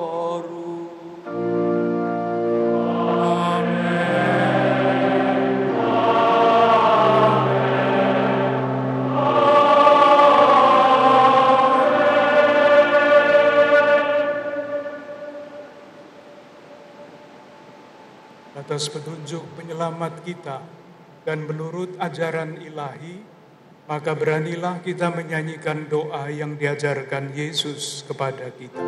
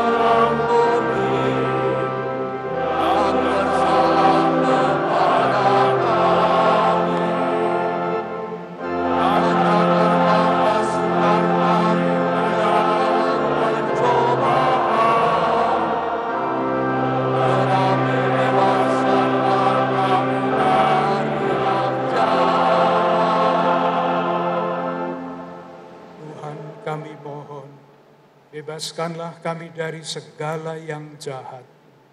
Sudilah memberi damai sepanjang hidup kami, supaya kami yang telah dikuatkan oleh kelimpahan belas kasih-Mu, selalu bebas dari dosa dan dijauhkan dari segala gangguan, sambil menantikan harapan yang membahagiakan dan kedatangan penyelamat kami, Yesus Kristus.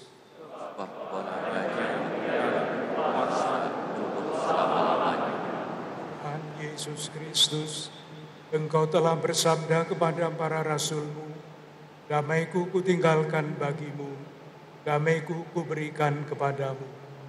Janganlah memperhitungkan dosa kami, tetapi perhatikanlah iman gereja-Mu, dan berilah kami damai dan kesatuan sesuai dengan kehendak-Mu, Engkau yang hidup dan meraja sepanjang segala masa. Amin. Semoga damai Tuhan selalu bersamamu dan bersama rohmu.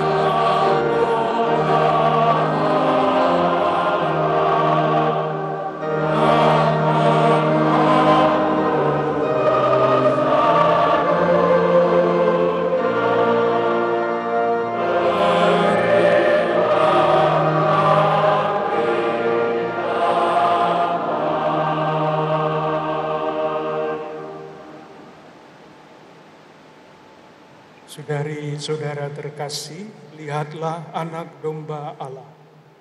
Lihatlah dia yang menghapus dosa dunia. Berbahagialah saudari-saudara yang diundang ke perjamuan anak domba.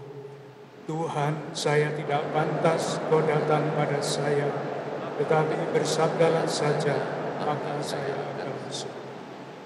Semoga Tuhan Kristus melindungi kita sampai ke hidup yang kekal.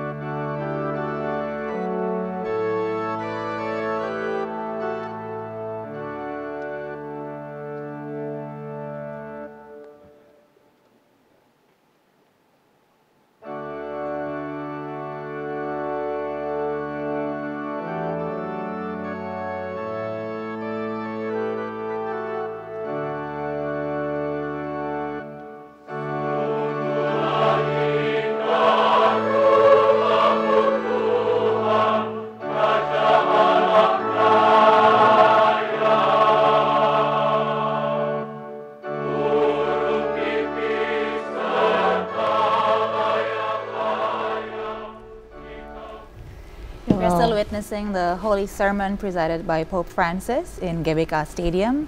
We are now witnessing the Holy Communion, which we can say probably is the biggest ever Holy Communion conducted in recent years. Maybe we can ask Father Tiro first. Would you agree with us when we say, at least in the recent years, this would be the biggest Holy Communion conducted here in Jakarta? Definitely. Most attendees. Definitely 86,000 in one go, and probably over 200 priests and altar servers helping out with this whole process, having it all organized and prepared since maybe like the past 3 months. So I recognize some of the faces here who are also my colleagues, but also friends from when I studied philosophy and theology. So yeah, I would agree, but maybe Father... Yes, so I'd also like to inform our viewers that we have another special guest just joining us in the studio. Welcome Father Ferry Sutrisna Wijaya, Board Chair of Sahabat Lingkungan Hidup Foundation and lecturer at School of Philosophy, Parahyangan Catholic University. Welcome Father Ferry, thank you so much for joining us. Very happy to have you here with us. Thank you for inviting me. Of course, it's our pleasure. Now, if you don't mind, we're going to make the most of your attendance here, of your presence here, by asking you directly, how have you seen the Holy Mass here in GBK Stadium? What has been your highlight so far? There are 3 points I would like to acknowledge. One is that actually the participant of this Mass is not 80,000. Okay. Maybe millions. Because at the same time, in many parishes throughout Indonesia, but even some participating abroad from live stream in the TV. So at the same time, actually the Mass is being celebrated in many parishes, in many churches. And also during this communion, they will also be given some communion. So actually, not 80,000, maybe millions of people. Millions of people are congregating right now. And second thing is about that it is very lucky for us or very privileged for us because the Catholic is a very, let's say, very small in number. But look that this Mass, actually this is a liturgy, it is a religious celebration for us, but it is being broadcasted, live stream in all the national television. And I can imagine, I can feel that not only Catholics really pay attention to this Mass, but many our brothers, Muslim, Hindus, Buddha also join this Mass with their heart, with their sincerity and respect. And I cannot imagine that it is happening here. And the third point is about the homily from the Holy Father. It is actually about Saint Peter, who is being asked to cast the net, even after being no success for the whole night. But say that, okay, Lord, if you say so, I will cast the net again. And the Pope said that maybe it is also our duty, even we find difficulties, obstacles, we have to continue working for diversity, unity in diversity, creating solidarity, brotherhood, friendship, because that is our first gift and that is our first blessing as a country. We have so many ethnic groups, different religions, but we are united, and that is the main message of the Pope. Okay, what an important message, because it's true that democracy, tolerance, peace, it has to be fought for. It's not easy actually to preserve it, and it's an important reminder from the Pope to make sure that all of us, we fight together to make sure that it still exists here in Indonesia. And what's also interesting that this Holy Mass is also held in the open air, GBK, we call it. So do you think there is a special concept of this universality played by Pope Francis by holding this Holy Mass at GBK? It is not very special in the understanding that it happens every time the Pope is going around the world. I mean, I've been in a Mass in Denver for 1 million people, in Manila 5 million people, like that. So it happens every time. And I think also in the understanding of our brother and sister in the Muslim understanding, that in a place where we can feel the presence of the Lord, that is actually a church. A church is not only a building. A church or a mosque or a temple is a place where we can really surrender and experience the presence of the Lord. So it is not limited to any building structure. Not necessarily. So it's okay. Like also our brother, sister and Muslim, if they pray for the Jews in the road, whenever there is a place, it's okay. When you have the Lord in your heart, then there will be the church. But were there any key elements or key liturgical elements that Pope Francis is likely to emphasize during this Mass? Do you see? I'm sorry to say that it is not, maybe also not the specialty of Pope Francis. Actually, in all liturgical celebration, actually there are the whole element of the nature, the element of the water, the element of fire, the element of soil, the element of fire. Actually, there is all elements of the nature in all liturgical celebration. And it is also not very special to only the Catholic. Even the other religion, when we celebrate something, when we pray, actually we are connected to the whole nature. So to have this celebration in an open air situation actually symbolizes that we are all connected, not only among people, but also to the whole nature. Okay. I think one of the most interesting parts of the Holy Sermon is how different ethnicities in Indonesia was represented, especially at the part of the prayers of the faithful. We hear prayers in different languages. We heard Javanese, Toraja language was also spoken, Batak Toba, Manggarai, Dayak and Merauke, and we also saw the statue of Mother Mary depicted using the traditional depictions Cloths. of Indonesian culture. So that's very interesting. What do you make of it, Father Ferry? Actually, the whole mass is not only from the beginning up to the end, even before. For instance, we are very surprised that President Jokowi was there, waiting for the Pope. Yes, yes. And Outside to say GBK goodbye, Stadium. because tomorrow maybe no more chance to say goodbye, and some minister. And also before the mass, the Pope is using the car going around not only the GBK but also the Stasiun Madya. Because at the Stasiun Madya, most of the participants are young people from different schools. Father Ferry, we're now going to go back to GBK Stadium to get some live feed. Let's have a look and have a listen at the Holy Sermon. But nonetheless, you have come to visit us and to bless us and our country. Not only Catholics, but also our sisters and brothers of other faith rejoice at your visit. We have prepared for your visit with prayer and by seeking to understand and deepen our understanding of your message and to seek ways to translate it into action. We can summarize this message in 3 words that you have chosen as the theme of your visit: faith, fraternity, compassion. With a spirit of synodality, alongside our sisters and brothers from various religious backgrounds, we Catholics want to continue to grow in our faith in Jesus. The sign that we are growing in faith, the fruit we hope for, is through brotherhood that sees all people as fellow sisters and brothers. The sign that our brotherhood is true will be a compassionate disposition manifested in a special concern for our sisters and brothers who are weak, poor, marginalized, disabled, and for the suffering earth, our common home.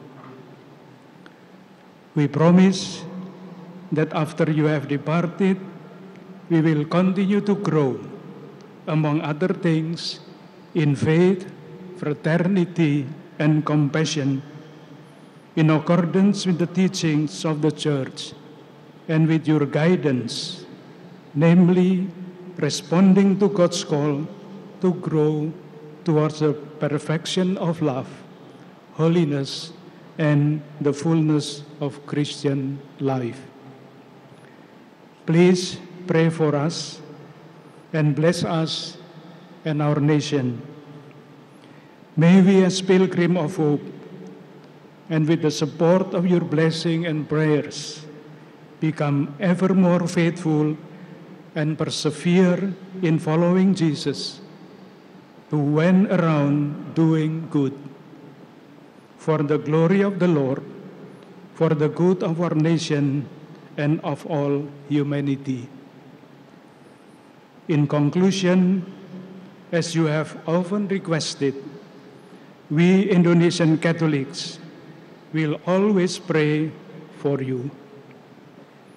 Buon viaggio, Santo Padre, dal continuare il suo pellegrinaggio di speranza. Selamat jalan Bapa Suci, melanjutkan peziarahan untuk mewartakan harapan. Terima kasih, terima kasih, terima kasih. Grazie di cuore. Thank you.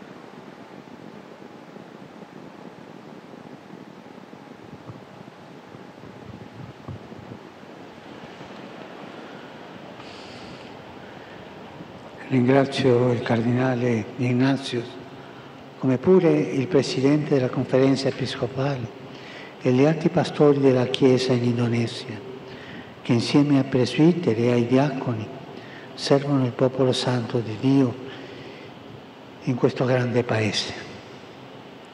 Grazie alle religiose, brave donne, grazie.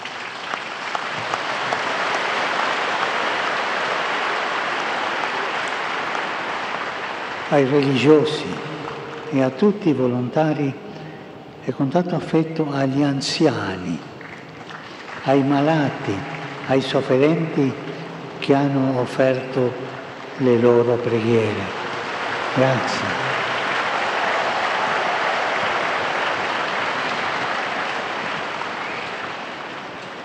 La mia visita in mezzo a voi volge al termine e voglio esprimere la mia gioiosa gratitudine per la squisita accoglienza che mi è stata riservata. La rinnovo al signor Presidente della Repubblica, che oggi era qui presente, alle altre autorità civili e alle forze dell'ordine, e la estendo all'intero popolo indonesiano.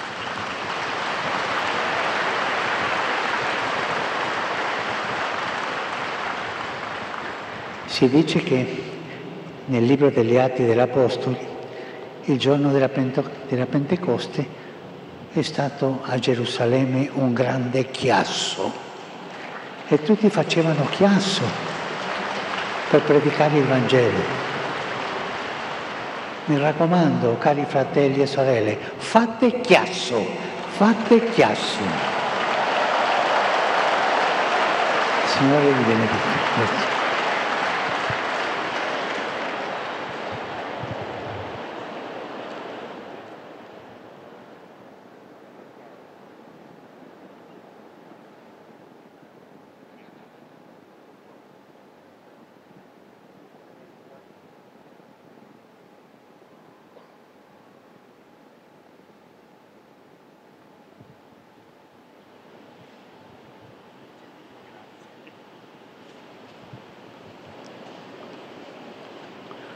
Domino Vobiscum. Sin nomen Domini benedictum. Aiutorium nostrum in nomine Domini.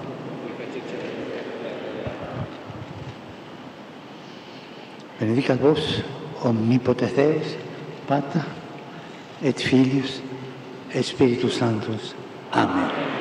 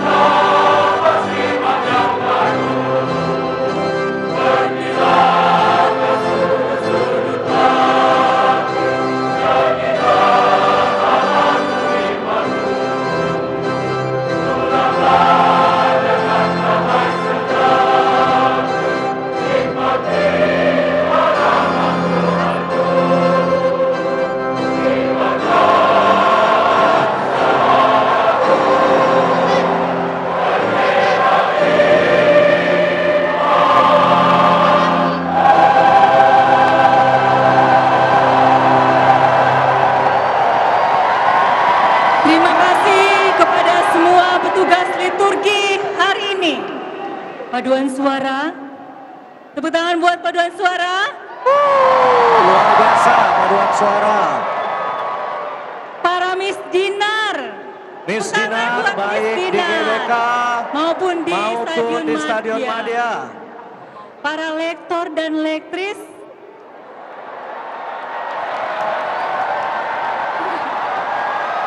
Wow. Di mana itu dia? Ada Tuhan Yesus di layar kita. Di mana itu dia? Para imam, para suster, bruder, frater. And yeah, thanks to all the organizers. It is really well prepared, Siska. Definitely a big shout out to the organizers who have meticulously organized the event since early today. Until now, we can see everybody still enjoying their time. Although Pope Francis has left the altar, he has gone to the backstage area, but we can see they're still jubilant, they're still joyful, and they're still enjoying their time congregating together as one people, as Catholics, you know, celebrating the arrival of Pope Francis in Indonesia. Everything went so smoothly. So there must be not only the enthusiasm that we see on the screen, but also we feel it here, the enthusiasm, the energy of Pope also, it's contagious that we feel it here in the studio.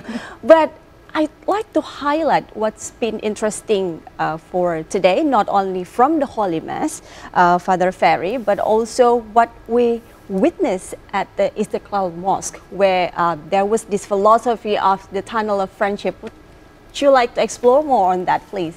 Yeah, I think it is the whole presence of the Holy Father is not only from the 3rd to the 6th of September. I think His presence, His spirit, His energy will remain with us forever. Yeah. It's like we cannot forget anymore. And in Istiqlal, he said something about the tunnel. Usually when we enter the tunnel, it's very dark, no? But hopefully at the end, we will see the light. And also the understanding that he said that this is not only simply a tunnel, but really to a bridge, tunnel that connects different people from different faith, not only between the church and the mosque, but also between the daily and routine, the rites and the celebration, but we have to go deeper into even spirituality. Yeah, to be to the deeper level of our friendship, fraternity, compassion. I think the whole presence of the Pope Francis Indonesia will remain with us forever. I believe so too. There's a deeper meaning behind all the symbols and the ceremonies that we see. There's more to meet the eye.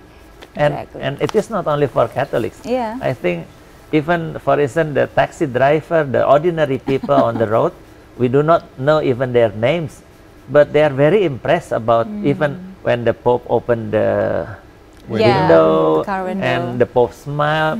People are very touched. That's true. All of Indonesian people are actually quite enjoying this papal visit by Pope Francis.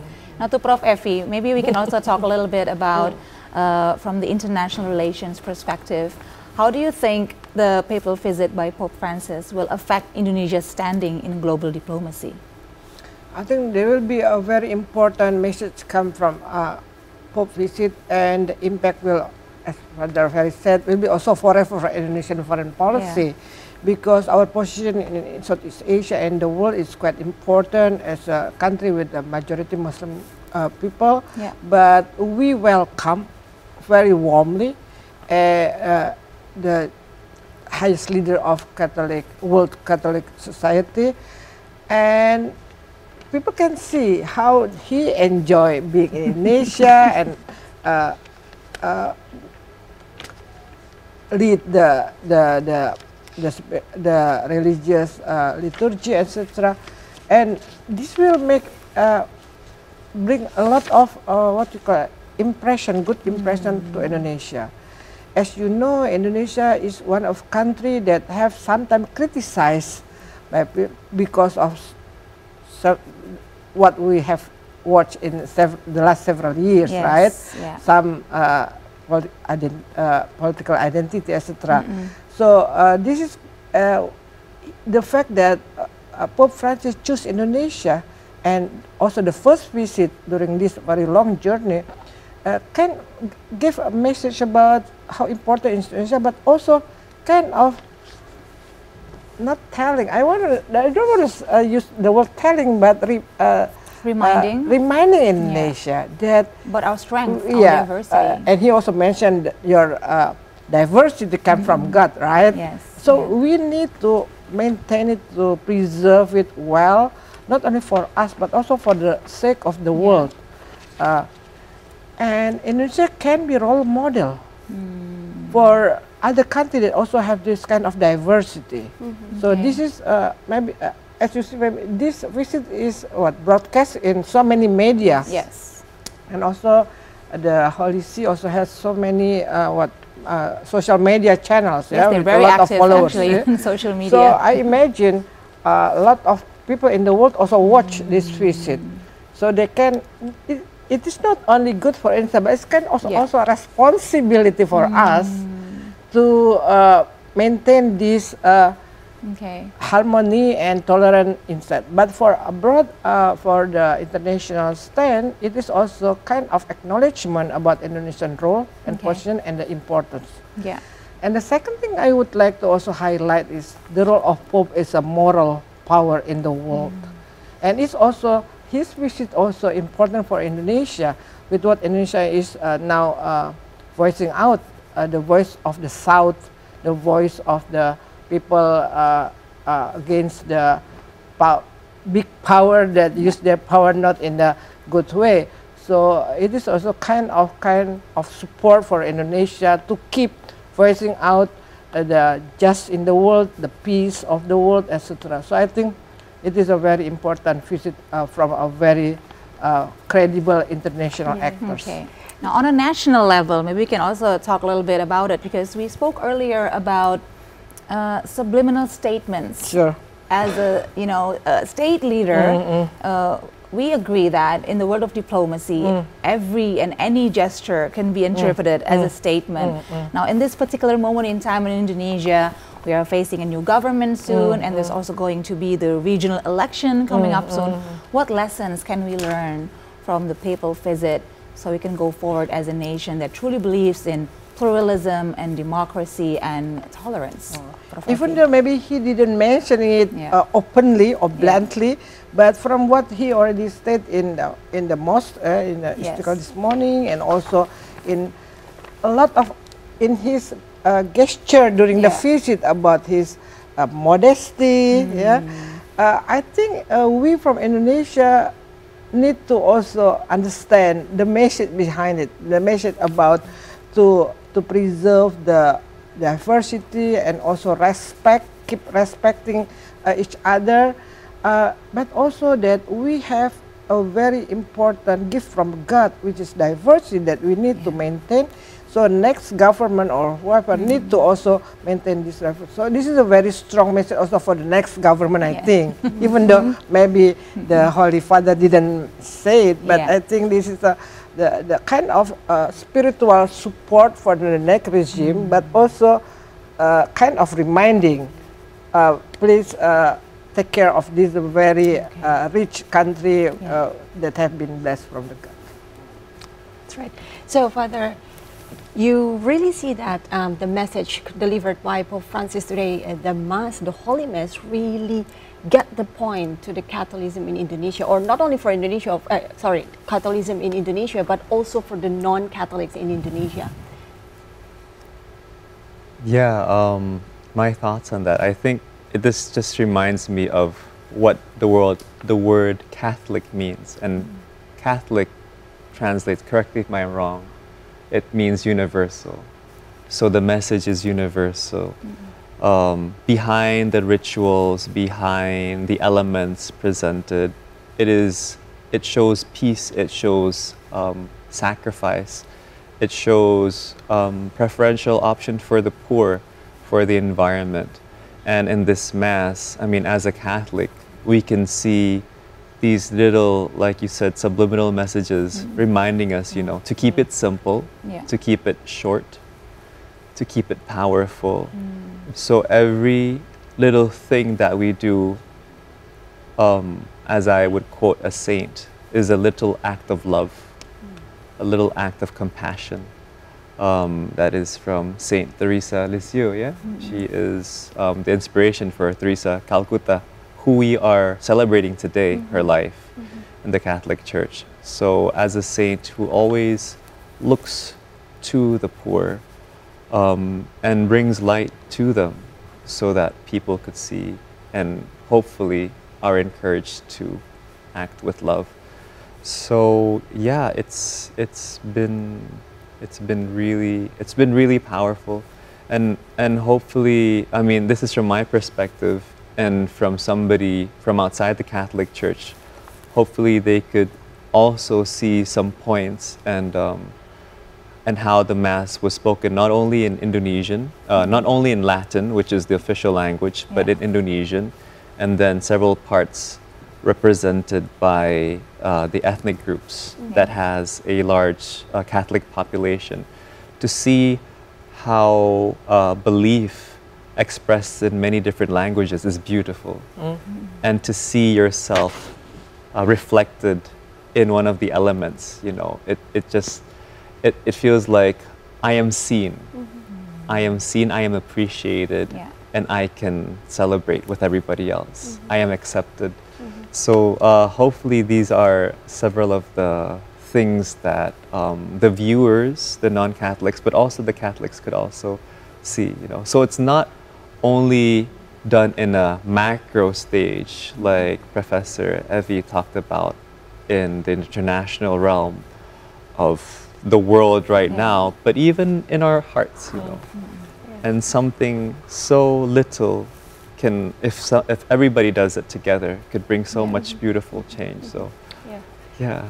It's very well said. Made by Pope Francis today is very universal as well. The languages as well. So, Father Ferry, we've seen that you've been carrying the books with you. Would you like to explain on those books? What is it about, or are they about? Yeah. Actually, I only bring a few books. Yeah. Here, the last book published by Indonesia is about this visit. Is written by 33 Muslims. Oh, okay. So they celebrate the presence of Pope visit by writing a book. Oh, yeah, I think this is the most precious book I have ever seen for this visit, because other books is also written by other Catholics, but this is all 33 scholars, Muslim scholars. Okay.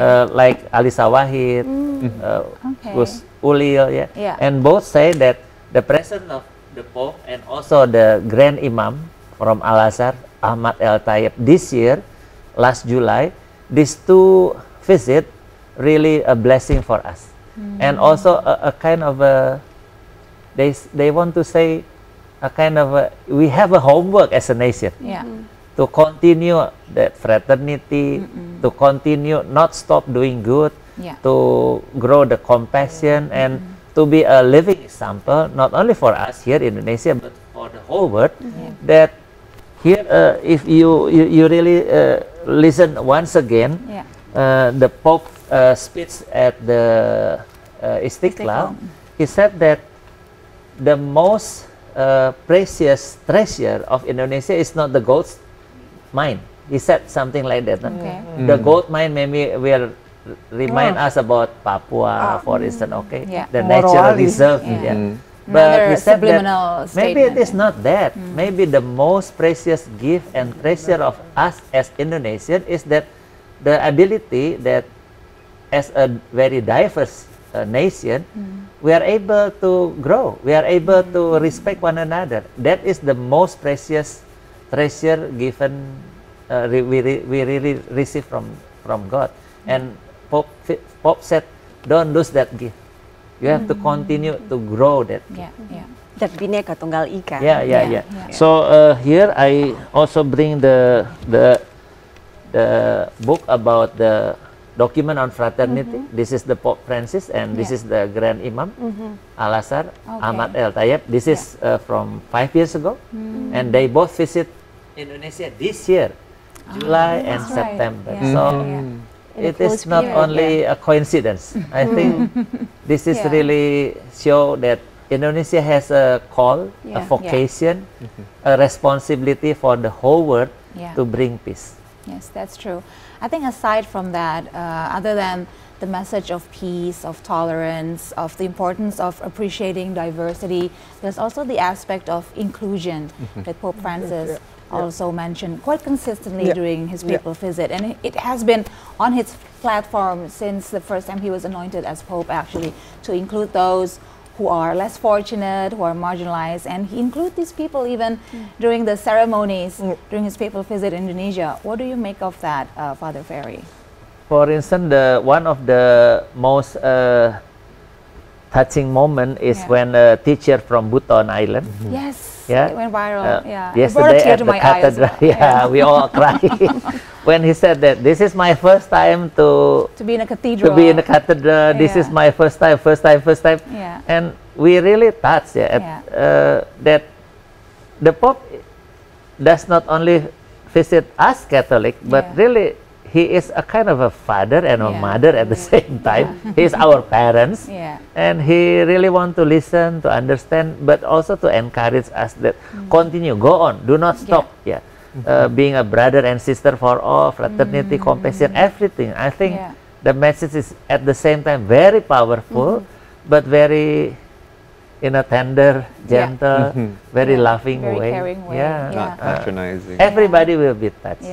And also highlighting the important role of educators, like for instance that teacher from Buton, she teaches in the remote area of Indonesia. She cried and cried. And other people, disabled children, in the TAWI office yesterday, and we saw also a blind reader of the Bible using Braille. What do you think this should teach us as a society, Father Tiro, as a nation?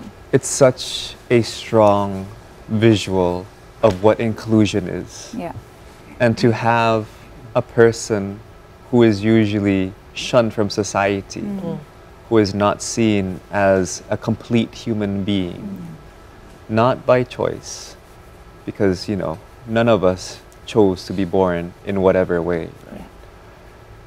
And to have that platform for them to show that they have beautiful voices, that they can read perfectly even in Braille, that they can recite the Quran wholeheartedly for so many people. It just shows, you know, that, hey, maybe we should, you know, reassess on how we look at other people. Maybe we should see what light does God have through His creation, through His children, because we are all children of God. And Pope Francis, by highlighting that consistently, despite of religion, gender, disability, it just, you know, it just gets me, you know, ignited basically, so that, hey, maybe if he can do something like that, maybe we can make a platform to showcase the talents of our brothers and sisters who have different abilities, you know. So, and it's really touching, especially for those maybe who have those disabilities, who are minorities, to see somebody in the national level and doing something so wonderful. So it empowers them as well. You know, so it just gives so much power and hope and encouragement, especially for us social workers. Because it's a very, very tiring job. And nobody cares. I mean, it's sometimes it's very difficult for people to feel that, you know, this is something that is important to do, to work with disabled children, or with the refugee community who has been living here for maybe 7 to 10 years with no clear thing. So yeah, and gender minorities, everything. So by not even like going into the specifics, it shows the core message, not only for Christianity, but what it means to be a human being, a responsible, mature human being placed on this earth by God with a purpose. And that purpose itself is love. And that is what I find Pope Francis brings out in all of us, hopefully. Yeah. So yeah. That's true. Yeah, it's true. So let's get back again to Professor Effie. As we witness this series of agenda of Pope Francis for these few days, and also we know that special relations between Vatican and Indonesia, how do you think, how does Vatican diplomatic, in what ways Indonesia's domestic policy impact its relationship with the Vatican? After all we've seen it, after all the relationship that we have with Vatican.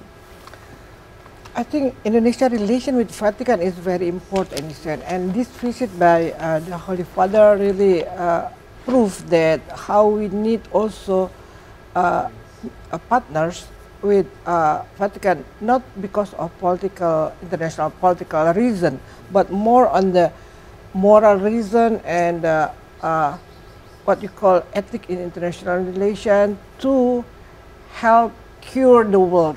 It is a very idealist. I know maybe a lot of realist thought will laugh at me, but I would like to highlight that international relation is more than just politics and capitalism, more than just international investment and international trade, but also about humanity, about helping each other. And if you see international relations today, you see the news, most of them about wars, right? About trade, about economic recession or capitalist stuff, etc. But where are the people? Who will talk about them? Who will think about them? Countries with limited resources, in this sense, maybe similar like the marginalized people in domestic setting, in international setting. There is also some marginalized country, impoverished country, less developed country. Especially South, we call it South country that maybe quite very have limited resources.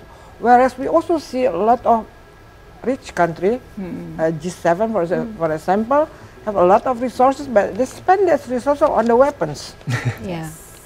On the weapons, not on the health or helping poor country with the health support or for the education of the people to make live better. But even they kind of have to use some with like exploitation of their natural resources. So I think this is where the importance of Indonesia relation with Vatican, because Indonesia also have that kind of purpose. Remember in the preamble of our constitution, contribute to the peace and world well-being of the world. See, and the peace and the well-being of the world has not been seen for many years now. So we need not only powerful partner states that can help us to develop economically or maybe in our militarily, but also country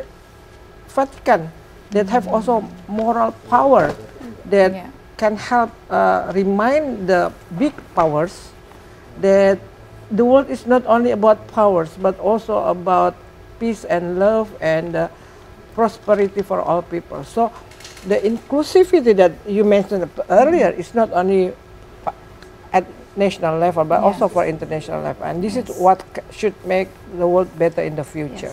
Hopefully. Prof. Effie, you mentioned about the preamble of the Constitution, which is interesting because actually Pope Francis mentioned the preamble of the Constitution during his speech at the cathedral. He mentioned a few passages. At the State Palace. At the State Palace, that's right. During his audience with about the preamble. The preamble of the Constitution. He mentioned even a few specific words from it, how we focus on social justice, on our fight for peace, and also, of course, in our belief in God. So it's interesting that you should say that, because you also mentioned that maybe all of these gestures that he's made during this papal visit is also some sort of statement for the upcoming government of Indonesia. So if I can ask you,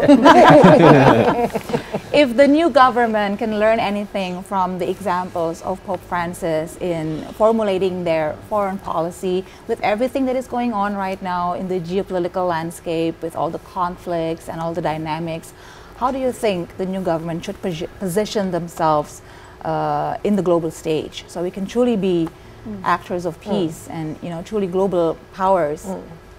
First is remain independent and active foreign policy. Do not lean on any of big powers. Okay, yeah. And the second, keep pursuing Indonesian goal mentioned in our constitution to create peace and also justice for the world. That's why the importance of partnership with the Vatican and other countries that have the same thought, not only thinking about influence and power, power relations, but also think about what actually we would like to see our world in the future, the next generation, because there are a lot of things, a lot of international issues and the more global problems like climate change, environmental degradation, the support for the impoverished country. There are a lot of things that we need to tackle together. And during this, not to mention about the transnational disease like COVID and now Mpox. We need cooperation, and South-South cooperation is not enough because they don't have resources, right? The resources are from the G7 country, and they are not too busy to contain China. See, I think it's important for Indonesia then, the next government of Indonesia, to keep maintaining the goals of this constitution. And despite the fact that we have a lot of strong country as partner, we also have to know that we also need partners that have this kind of moral power and that can work hand in hand with Indonesia and international fora to voice out of these marginalized countries. It's not. It's also our responsibility because international conflict also comes from the injustice. Injustice will also create international conflict, not only from the others, but also from injustice. So and when there's still injustice, there can never be peace. As Pope Francis. Can I add something? Sure. Please, Father Ferry. Please remember that Indonesia is the initiator of the Asia African conference in Bandung held many years ago. And a few days ago, there is a special meeting in Bali, Indonesia and Africa. And I did remember, for instance, there is a president from Africa, Paul Kagame, from Rwanda. In 30 years ago, in 1994, there was the fightings between genocide, 1 million people in 100 days. And after 30 years, Rwanda is one of the most promising, very safe, very clean countries. So I think the South and South cooperation, we learn from Africa, Africa learn from Asia, will be strengthened. And I believe also, for instance, when I hear, I listen very carefully to the speech of our Defense Minister in Shangri-La Dialogue about his proposal for the war Ukraine and Russia. Very intelligent and very good proposal and respected by many countries.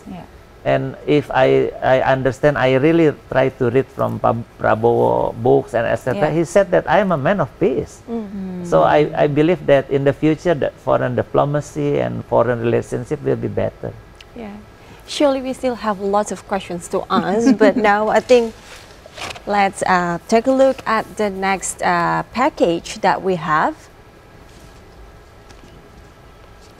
It's about the Republic of Indonesia's Vatican relations.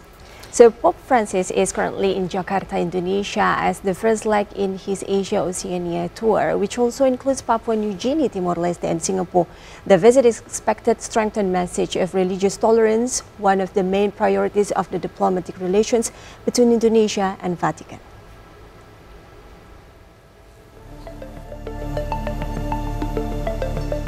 Pope Francis' visit to Indonesia, the world's largest Muslim population, becomes a historic moment that not only strengthens bilateral relations between the Vatican and Indonesia, but also affirms the spirit of religious tolerance in this country. The Pope's journey, which includes interfaith meetings and dialogues with religious leaders, indicates how differences in beliefs can be united in the spirit of brotherhood and peace. Pope Francis' visit is expected to be a catalyst to deepen understanding, appreciate differences, and build bridges of peace between various religious communities in Indonesia. Pope Francis will be in Indonesia on the 3rd to 6 September 2024, his first visit to Indonesia. Indonesia is the first country in Pope Francis' tour in the Asia-Pacific region, followed by the visits to Papua New Guinea, Timor-Leste, and Singapore. The Supreme Pontiff's visit to Indonesia holds significant importance to the Indonesian people, not only for Catholics, but also for all religions communities.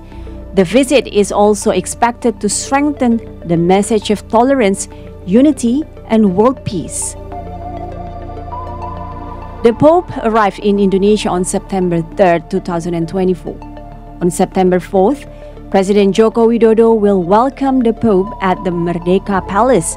The Pope will then lead a grand mass at the Gelora Bung Karno Sports Complex to be attended by more than 90,000 Indonesian Catholics on September 5th afternoon. Pope Francis' visit to Indonesia was scheduled in 2020. However, the visit was postponed due to the COVID-19 pandemic. It is the third papal visit to Indonesia. The first was made by Pope Paul VI in December 1970 and second in October 1989, Pope John Paul II. They both paid a courtesy visit to President Suharto. During his visit, Pope John Paul II celebrated a mass and addressed a crowd of 130,000 Indonesian Catholics gathered in Gelora Bung Karno Stadium in Jakarta. The Holy See and Indonesia established diplomatic relations in 1950. Relations are important as part of global interfaith dialogue because Indonesia has the world's largest Muslim majority population. Indonesia recognizes Roman Catholicism as one of its 6 approved religions. The Holy See has an apostolic nunciator in Jakarta, while Indonesia has an embassy in Rome. The Vatican-Indonesia diplomatic relations are different from Indonesia's diplomatic relations with other countries. The main focus in relations between Vatican and Indonesia are related to Catholic Church issues. The nunciator in Indonesia is more involved in the dynamics of the Indonesian Catholic Church. This is different from other embassies whose diplomatic relations are related to economic, defense, social, and political issues. The presence of the nunciator is more of a representation of the Holy See for the Catholic Church in Indonesia. It is in that context that diplomatic relations between the two countries are built.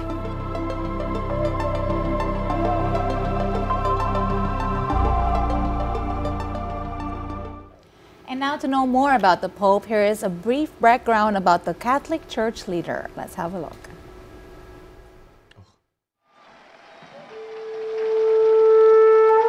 Pope Francis was born in Buenos Aires of Argentina on December 17, 1936, as the son of Italian immigrants. His original name is George Mario Bergoglio.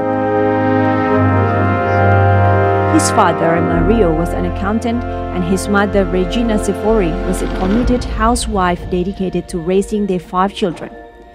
On 11 March 1958, he entered the novitiate of the Society of Jesus. He completed his studies of the humanities in Chile and returned to Argentina in 1963 to graduate with a degree in philosophy from the Colegio de San Jose in San Miguel. On December 13, 1969, Bergoglio was ordained a Jesuit priest by Archbishop Ramon Jose Castellano. On May 20, 1992, Pope John Paul II appointed him titular bishop of Oca and auxiliary of Buenos Aires. A week later, on May 27, 1992, he received an episcopal ordination from the cardinal in the cathedral. He chose as his episcopal motto, Miserando atque eligedo, which means by showing mercy and choosing, reflecting the themes of divine mercy and selections in Christian teachings. On February 28, 1998, Bergoglio was installed as Archbishop of Buenos Aires. 3 years later, in February 2001, Pope John Paul II elevated him as Cardinal.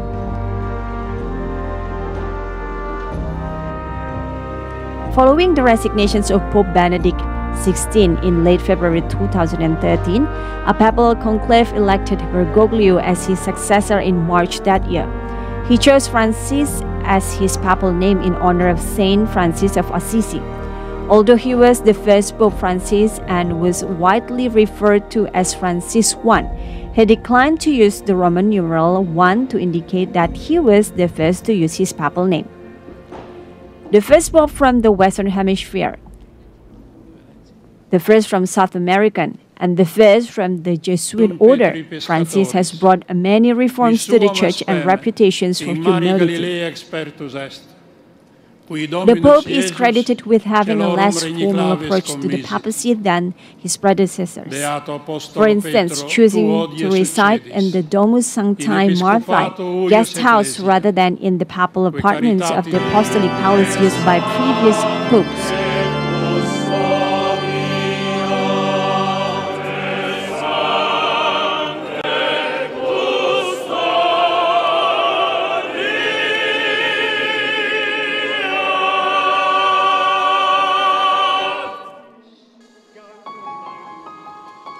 Pope Francis has been noted for his humility, emphasis on God's mercy, concern for the poor, and commitment to interreligious dialogue. He speaks often about reaching out to people or groups on the margins of society and has prioritized trips to places never before visited by a pope or where Catholics are a small minority.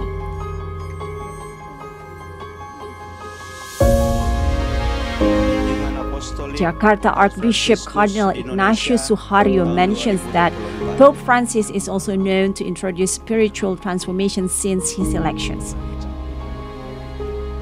For example, in early July 2013, Pope Francis visited the island of Lampedusa for his first pastoral visit outside of Rome, where he celebrated a penitential mass on an altar made of a painted boat to mourn migrants lost at sea in search of a better future.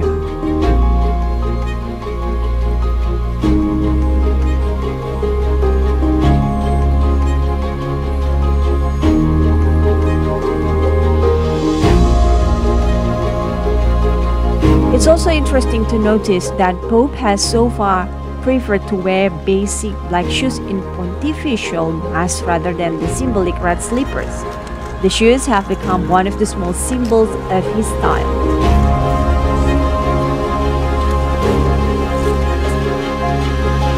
Meanwhile, during the Maundy Thursday celebrations earlier in 2024, Pope Francis broke a tradition and the feet washing ritual by involving women only.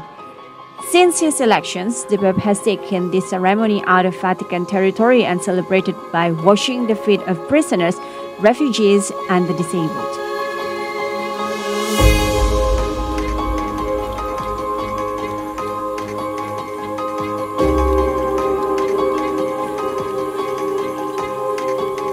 The symbolic choices made by Pope Francis reflect his spiritual transformation, which also influences the transformations of the Catholic Church institution. Why did the Pope do this? Because he wants everyone to feel the mercy of God, especially to those who are most in need and the marginalized individuals, and all people in faith can just replicate the good deeds and acts for a better world.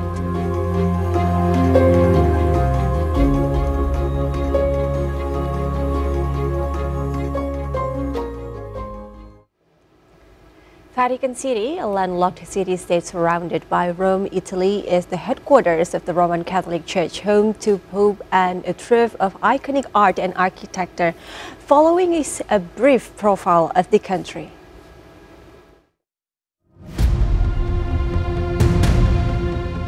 Vatican City, which became independent from Italy in 1929 with the Lateran Treaty, is a territory under full ownership, exclusive dominion, and sovereign authority and jurisdiction of the Holy See. With an area of 49 hectares and as of 2023, a population of about 764, Vatican City is the smallest state in the world, both by area and by population. Vatican City is one of the countries in the world without an airport and is served by the airports that serves Rome, the Leonardo da Vinci Fiumicino Airport, and the Ciampino Airport. Due to space limitation, Vatican City is also unable to host embassies and foreign embassies to the Holy See that are located in Rome. As Vatican City is an enclave within Italy, its military defense is provided by the Italian Armed Forces. Vatican City has no armed forces of its own, but it has the Swiss Guard, a military corps of the Holy See that is responsible for the personal security of the Pope and residents in the state. The politics of Vatican City takes place in the context of an absolute elective monarchy and being governed by the Holy See, in which the head of the Catholic Church holds power. The Pope exercises principal legislative, executive, and judicial power over Vatican City, which is a rare case of a non-hereditary monarchy. The term Holy See refers not to the Vatican State, but to the Pope's spiritual and pastoral governance, largely exercised through the Roman Curia, or administrative institution. The Pope's official title with regard to Vatican City is Sovereign of the State of the Vatican City. Vatican City is one of the few widely recognized independent states that has not become a member of the United Nations. Meanwhile, the Holy See has permanent observer status, with all the rights of a full member except for a vote in the UN General Assembly. The Vatican City is home to religious and cultural sites, such as St. Peter's Basilica, the Sistine Chapel, the Vatican Apostolic Library, and the Vatican Museums. They feature some of the world's most famous paintings and sculptures. The unique economy of Vatican City is supported financially by donations from Catholic believers, by the sale of postage stamps and souvenirs, fees for admission to museums, and sales of publications. Vatican has no taxes and items are duty-free. Indonesia's relationship with Vatican City and the Holy See has been going on since the Dutch East Indies era. Although most Europeans in Indonesia adhere to Protestantism, Catholicism began to develop in the 19th century. Official relations between Indonesia and Vatican City began in 1950 with the status of Apostolic Internunciature. It was only in December 1965 that this status was changed to Apostolic Nunciature.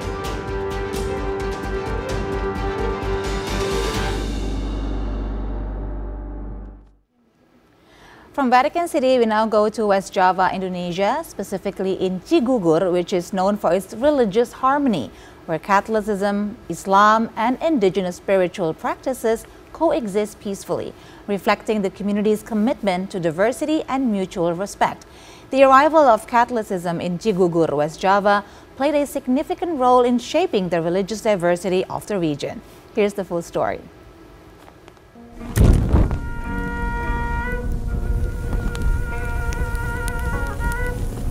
Gusti anu Maha Tunggal, mugia jirim jisim sadayana dikersakeun nampi kaagungan kalih kajembaran Gusti.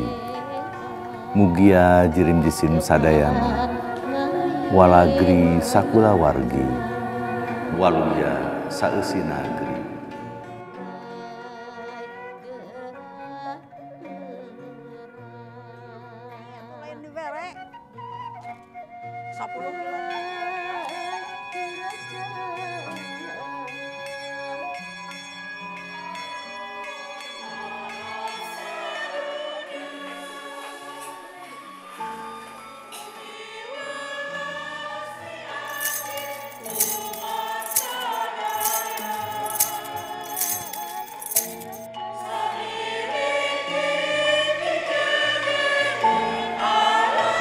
Jisim nampi ciptakan lebat balebat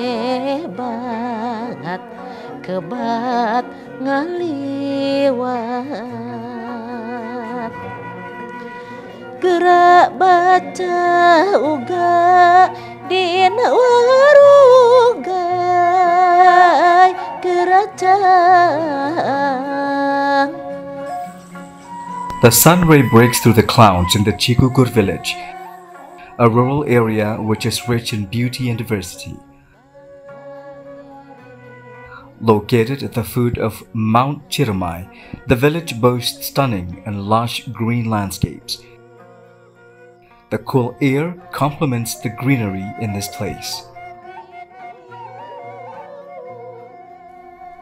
Indigenous people have traditionally followed the Sunda Wiwitan belief, also known as the Jawa Sunda religion, since ancient times, and its existence has been carefully preserved by Prince Madrais Sadewa Alibasa.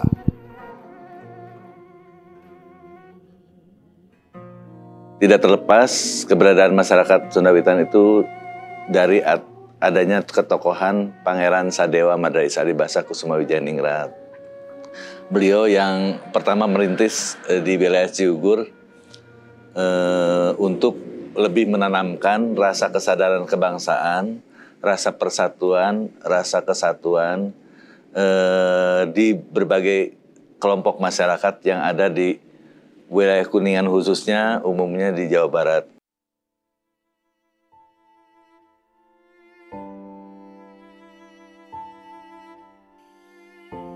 After Prince Madrais passed away in 1939, his struggle to preserve the Jawa Sunda religion and the native Sundanese culture was continued by his son, Prince Teja Buana. In 1965, during the conflict between the Indonesian government and the Jawa Sunda religion as a form of protection for the Jawa Sunda community, Prince Teja Buana met with a priest named Hidayat Sasmita in Cirebon. He did this based on a message from Prince Madrais written in a manuscript. Puncaknya adalah pada saat Orde Baru transisi, di mana sebelum tahun 65 meletus gitu ya, situasi peristiwa gerakan 30 September. Pada tahun 64, komunitas ini mungkin atas dasar tuntunan para leluhur juga melalui manuskrip, di mana kami diberikan petunjuk untuk dalam simbolis speech-nya adalah berteduh di bawah cemara putih.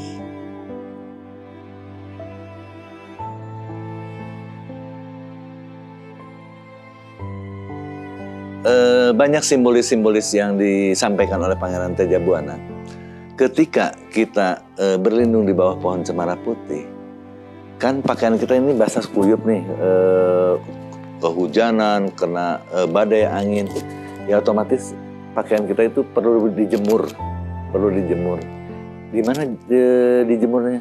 Ya di pagar orang lain, tapi kita pamit dulu ke pemilik pagar. Pagar itu simbolisasi aturan orang lain, pagar orang lain. Nah, kita tanggalkan dulu baju kita supaya sampai kering. Nanti setelah kering, tapi jangan sampai sobek ya. Kalau baju kalian sudah kering, mengering, mengambilnya harus hati-hati, jangan sampai sobek.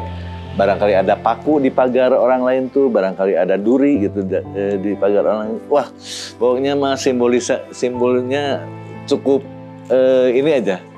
Duri artinya apa, paku artinya apa. Kalau sampai sobek, kata Pangeran Teja Buana, saya tidak bertanggung jawab kalau sampai pakaian Anda sobek. Pakaian itu kepribadian. Saya tidak bertanggung jawab kalau kepribadian Anda menjadi koyak-koyak gitu, terkoyak-koyak gitu. Artinya gitu. Dan saat itu kebetulan Pangeran Teja Buana memang sudah berhubungan baik dengan pihak gereja Katolik di Cirebon. Terjadilah satu dialog di mana Pastor Hidayat saat itu memahami situasi yang dialami oleh masyarakat adat Sunda Wiwitan, dan terjadilah satu pemahaman dan pengertian bahwa demi kemanusiaan dan atas petunjuk leluhur berteduh di bawah cemara putih, itulah yang diterjemahkan untuk masuk pada agama Katolik.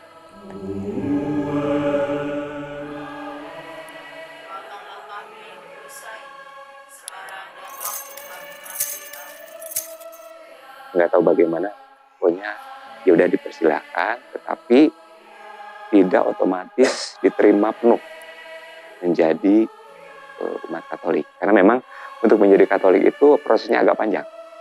Jadi harus kursus dulu sekian bulan, baru nanti sekian bulan itu udah mendaftar, udah diaku sebagai warga lah biasanya. Jadi udah mulai ikut kegiatan, tetapi belum ikut secara penuh. Mereka disebut masa katakumenan, masa pendidikan agama. Kalau di Muslim mungkin disebut pesantren atau mu'alaf, atau saya ngerti ya. Jadi makanya mereka masa transisi itu. Mereka belajar, lalu disiapkan juga waktu itu kader-kader untuk memberikan pelajaran-pelajaran kepada umat-umat yang mendaftar. Thousands of indigenous people had then converted to Catholicism, but they did not abandon their identity as native Sunda Wiwitan ethnic group, which uphold the cultural values emphasized by their ancestors. It has become a unique feature that the Catholic Church in Cigugur has a distinct characteristic, which incorporated Sundanese culture.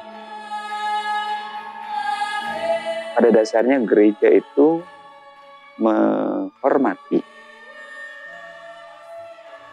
ungkapan-ungkapan yang belum terdefinisikan, kurang lebih terjemahan bebasnya ini, terjemahan bebas, belum terdefinisikan sebagai dogma gereja yang sudah mengarah kepada kepercayaan kepada Sang Pencipta. Jadi dihormati, itu jadi dihormati. Lalu sehingga untuk menghormati itu juga disadari bahwa ya umat akan lebih mudah kalau unsur budaya itu digunakan juga. Karena itu adalah budaya kan seperti kita. Budaya kita itu menjadi ekspresi kita kan. Nah, makanya waktu itu digunakanlah gamelan. Jadi lagu-lagu dalam bahasa Sunda. Kalau anak saya ya itu mungkin karena sejak kecil disekolahkan di yayasan Katolik, jadi anak saya ikut dua-duanya ikut Katolik gitu. Mereka dari dua-duanya 11 tahun, kelas 5 SD baru dipermandikan gitu. Awal-awalnya saya diemin, paling saya ketawa gitu ya. Jangan ikut-ikutan gitu. Tapi setahun, 2 tahun, anak tambah rajin. Terus doanya. Kok doanya diajak bareng doa sama saya, ngikut. Tapi dianya sendiri malah langsung habis itu tanda salim. Kan Abah juga bilang, janganlah mempersoalkan perbedaan keyakinan. Karena kita sendiri belum tentu benar di mata Tuhan. Yang penting kita meyakini dan kita mengerjakan, karena agama itu adalah sesuatu hal yang harus benar-benar dikerjakan, saya bilang. Karena keyakinan kita hanya kita dan Tuhan yang tahu. Menjaga toleransi, ya jangan lihat orang yang berbeda. Lihatnya bahwa kita itu sama-sama manusia, punya hak, punya kewajiban, punya hati, punya rasa. Ya itu, ingatnya, mau agama apa, mau suku apa, kita itu sama-sama manusia, bukan agama ini, agama itu baik, semua agama itu baik. Gimana kita menyikapinya, gimana kita menjalankannya. Kalau kita menjatuhkan suatu agama karena merasa agama lain kurang baik? Apakah itu benar ajaran agamanya? Seperti itu, harus menjatuhkan. Kita harus melihatnya, kalau dia menurut dia baik, ya biarkanlah mereka menjalankan kegiatannya, biar mereka melakukan ibadahnya.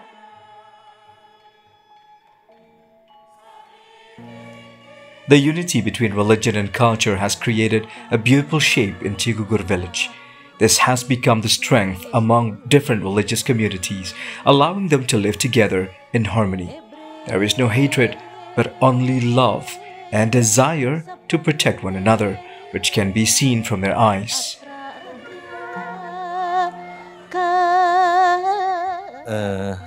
Baik, khususnya untuk generasi muda Sunda Wiwitan, saya mengharapkan agar tetap senantiasa komitmen, konsisten dalam menjalankan ajaran-ajaran dari Pangeran Sadaya Madrais dalam menjaga keselarasan, keserasian, dan keharmonisan dalam kehidupan bermasyarakat, kehidupan berbangsa, dan kehidupan bernegara.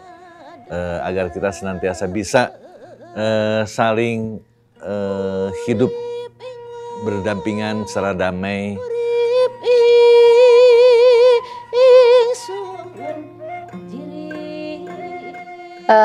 Kembali pada jejak bangsa kita sebagai Indonesia, kita sebagai bangsa yang mengindonesia itu bukan sejarah sehari dua hari, tetapi mengindonesia juga sejarah panjang di mana rekam jejak peradaban juga ada di dalam Indonesia, di mana kebinekaan itu ada tanpa penyeragaman, gitu ya. Nilai Bhinneka Tunggal Ika itu juga bagian dari proses kebangsaan Nusantara. Bagaimana siwa Buddha bersatu hanya di Nusantara. Sehingga Bhinneka Tunggal Ika sebagai semboyan atau filosofi bangsa itu menjadi pematri atau penyatu kesadaran. Kalau pesan saya buat semuanya aja, dari siapapun yang Katolik yang bukan Katolik gitu ya. Jalanilah keyakinanmu dengan benar. Jalanilah keyakinanmu dengan benar dan dengan pengetahuan yang cukup, supaya tidak mudah dibelok-belok. Tuh. Jadi kita boleh fanatik mengerjakan keyakinan kita, tetapi tanpa harus menghakimi apa yang diyakini oleh orang lain. Karena yang akan menghakimi bukan kita manusia. Pastor pun saya tidak bisa menghakimi umat saya. Yang akan menjadi hakim ya yang pencipta. In the land of Cigugur, it can be observed that tranquility and beauty are not only found through the scenery.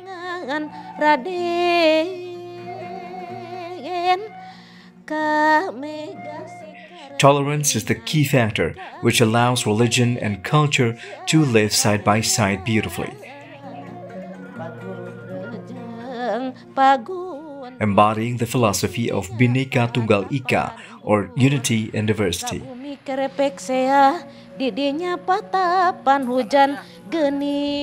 The peaceful and serene atmosphere is a condition needed by many people around the world.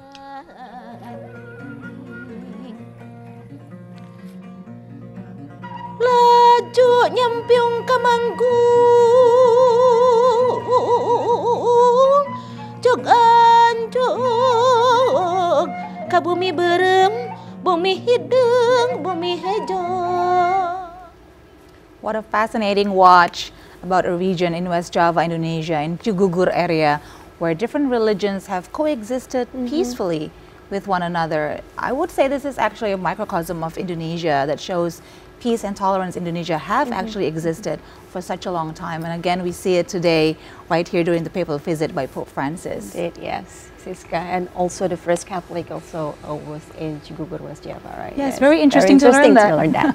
So on that very peaceful note, maybe we can now get your closing statements to conclude our time together here at the special report on TVRI World. Father Tiro, may we get your closing statement, your hopes and wishes for the ending of the papal visit by Pope Francis in Indonesia, please. I think my hope and my wish for the people who has taken part of this visit could be summarized by the beginning and the ending of his visit. So he began, after he landed, he went to the Vatican, and then he met disabled children and also refugees. Currently, refugees have, there's more than, I don't know, maybe 100 million refugees. Yeah. And the numbers currently growing and increasing. And even in Indonesia, we have refugees coming from Myanmar, a neighboring country, not only Rohingya, but people from the mainland as well. On top of the Afghan refugees, Somalia, Sri Lanka, Sudan, Palestinians. Yeah. So if we seriously want to talk about humanity, we need to take action not only from the grassroots level, but from the government level, so that the refugees have a safe place in Indonesia and can have the chance to flourish. Yeah. And that also goes with the last prayer that is also spoken in a Papuan language. As we know, there is a lot of conflict currently going on in Papua. And I really love how the prayer goes that bless our nation with harmony and gotong royong, so that our country and our nation will be a home where people feel included, where people are, the English word would be hugged by kindness and mercy. So my hope is that Indonesia will become that place, because it's already in our nature, and we just need to work a little harder for it. So yes, thank you for highlighting that very important issue. Thank you so much. Prof. Effie. The visit by the Holy Father, I think, is very important for Indonesia. It kind of acknowledgement also strengthen Indonesian position in the world, especially for the country that fight for the peace and stability of the world, as well as for the voice of the southern countries, the developing countries, the country that are not maybe now in a good position. And also for Indonesia, that for Indonesian international stand, but for Indonesian domestic message is also very strong, as also voiced out by my colleagues, that it's also kind of reminding us about the task of our this country, all the people, not only the government, but also the people, all people, not only Catholic community, but also the whole people of Indonesia, to maintain and to preserve this blessed from the God, which is diversity.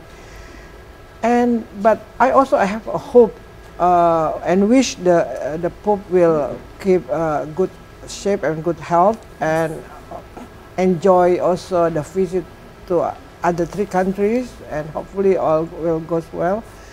And also I have a wish for Vatican to keep being as a moral power in the world, which we really need amidst the very confusing and very turbulent world, and the geopolitics and geoeconomy is in a role now. So we really need a kind of moral power come from a country like Vatican to also guard the world. And Indonesia will be very lucky to be partners with Vatican for this, and hopefully in the future Indonesia and Vatican can also enhance the cooperation to contribute to the world peace and world welfare. I say amen to that, Prof. Effie.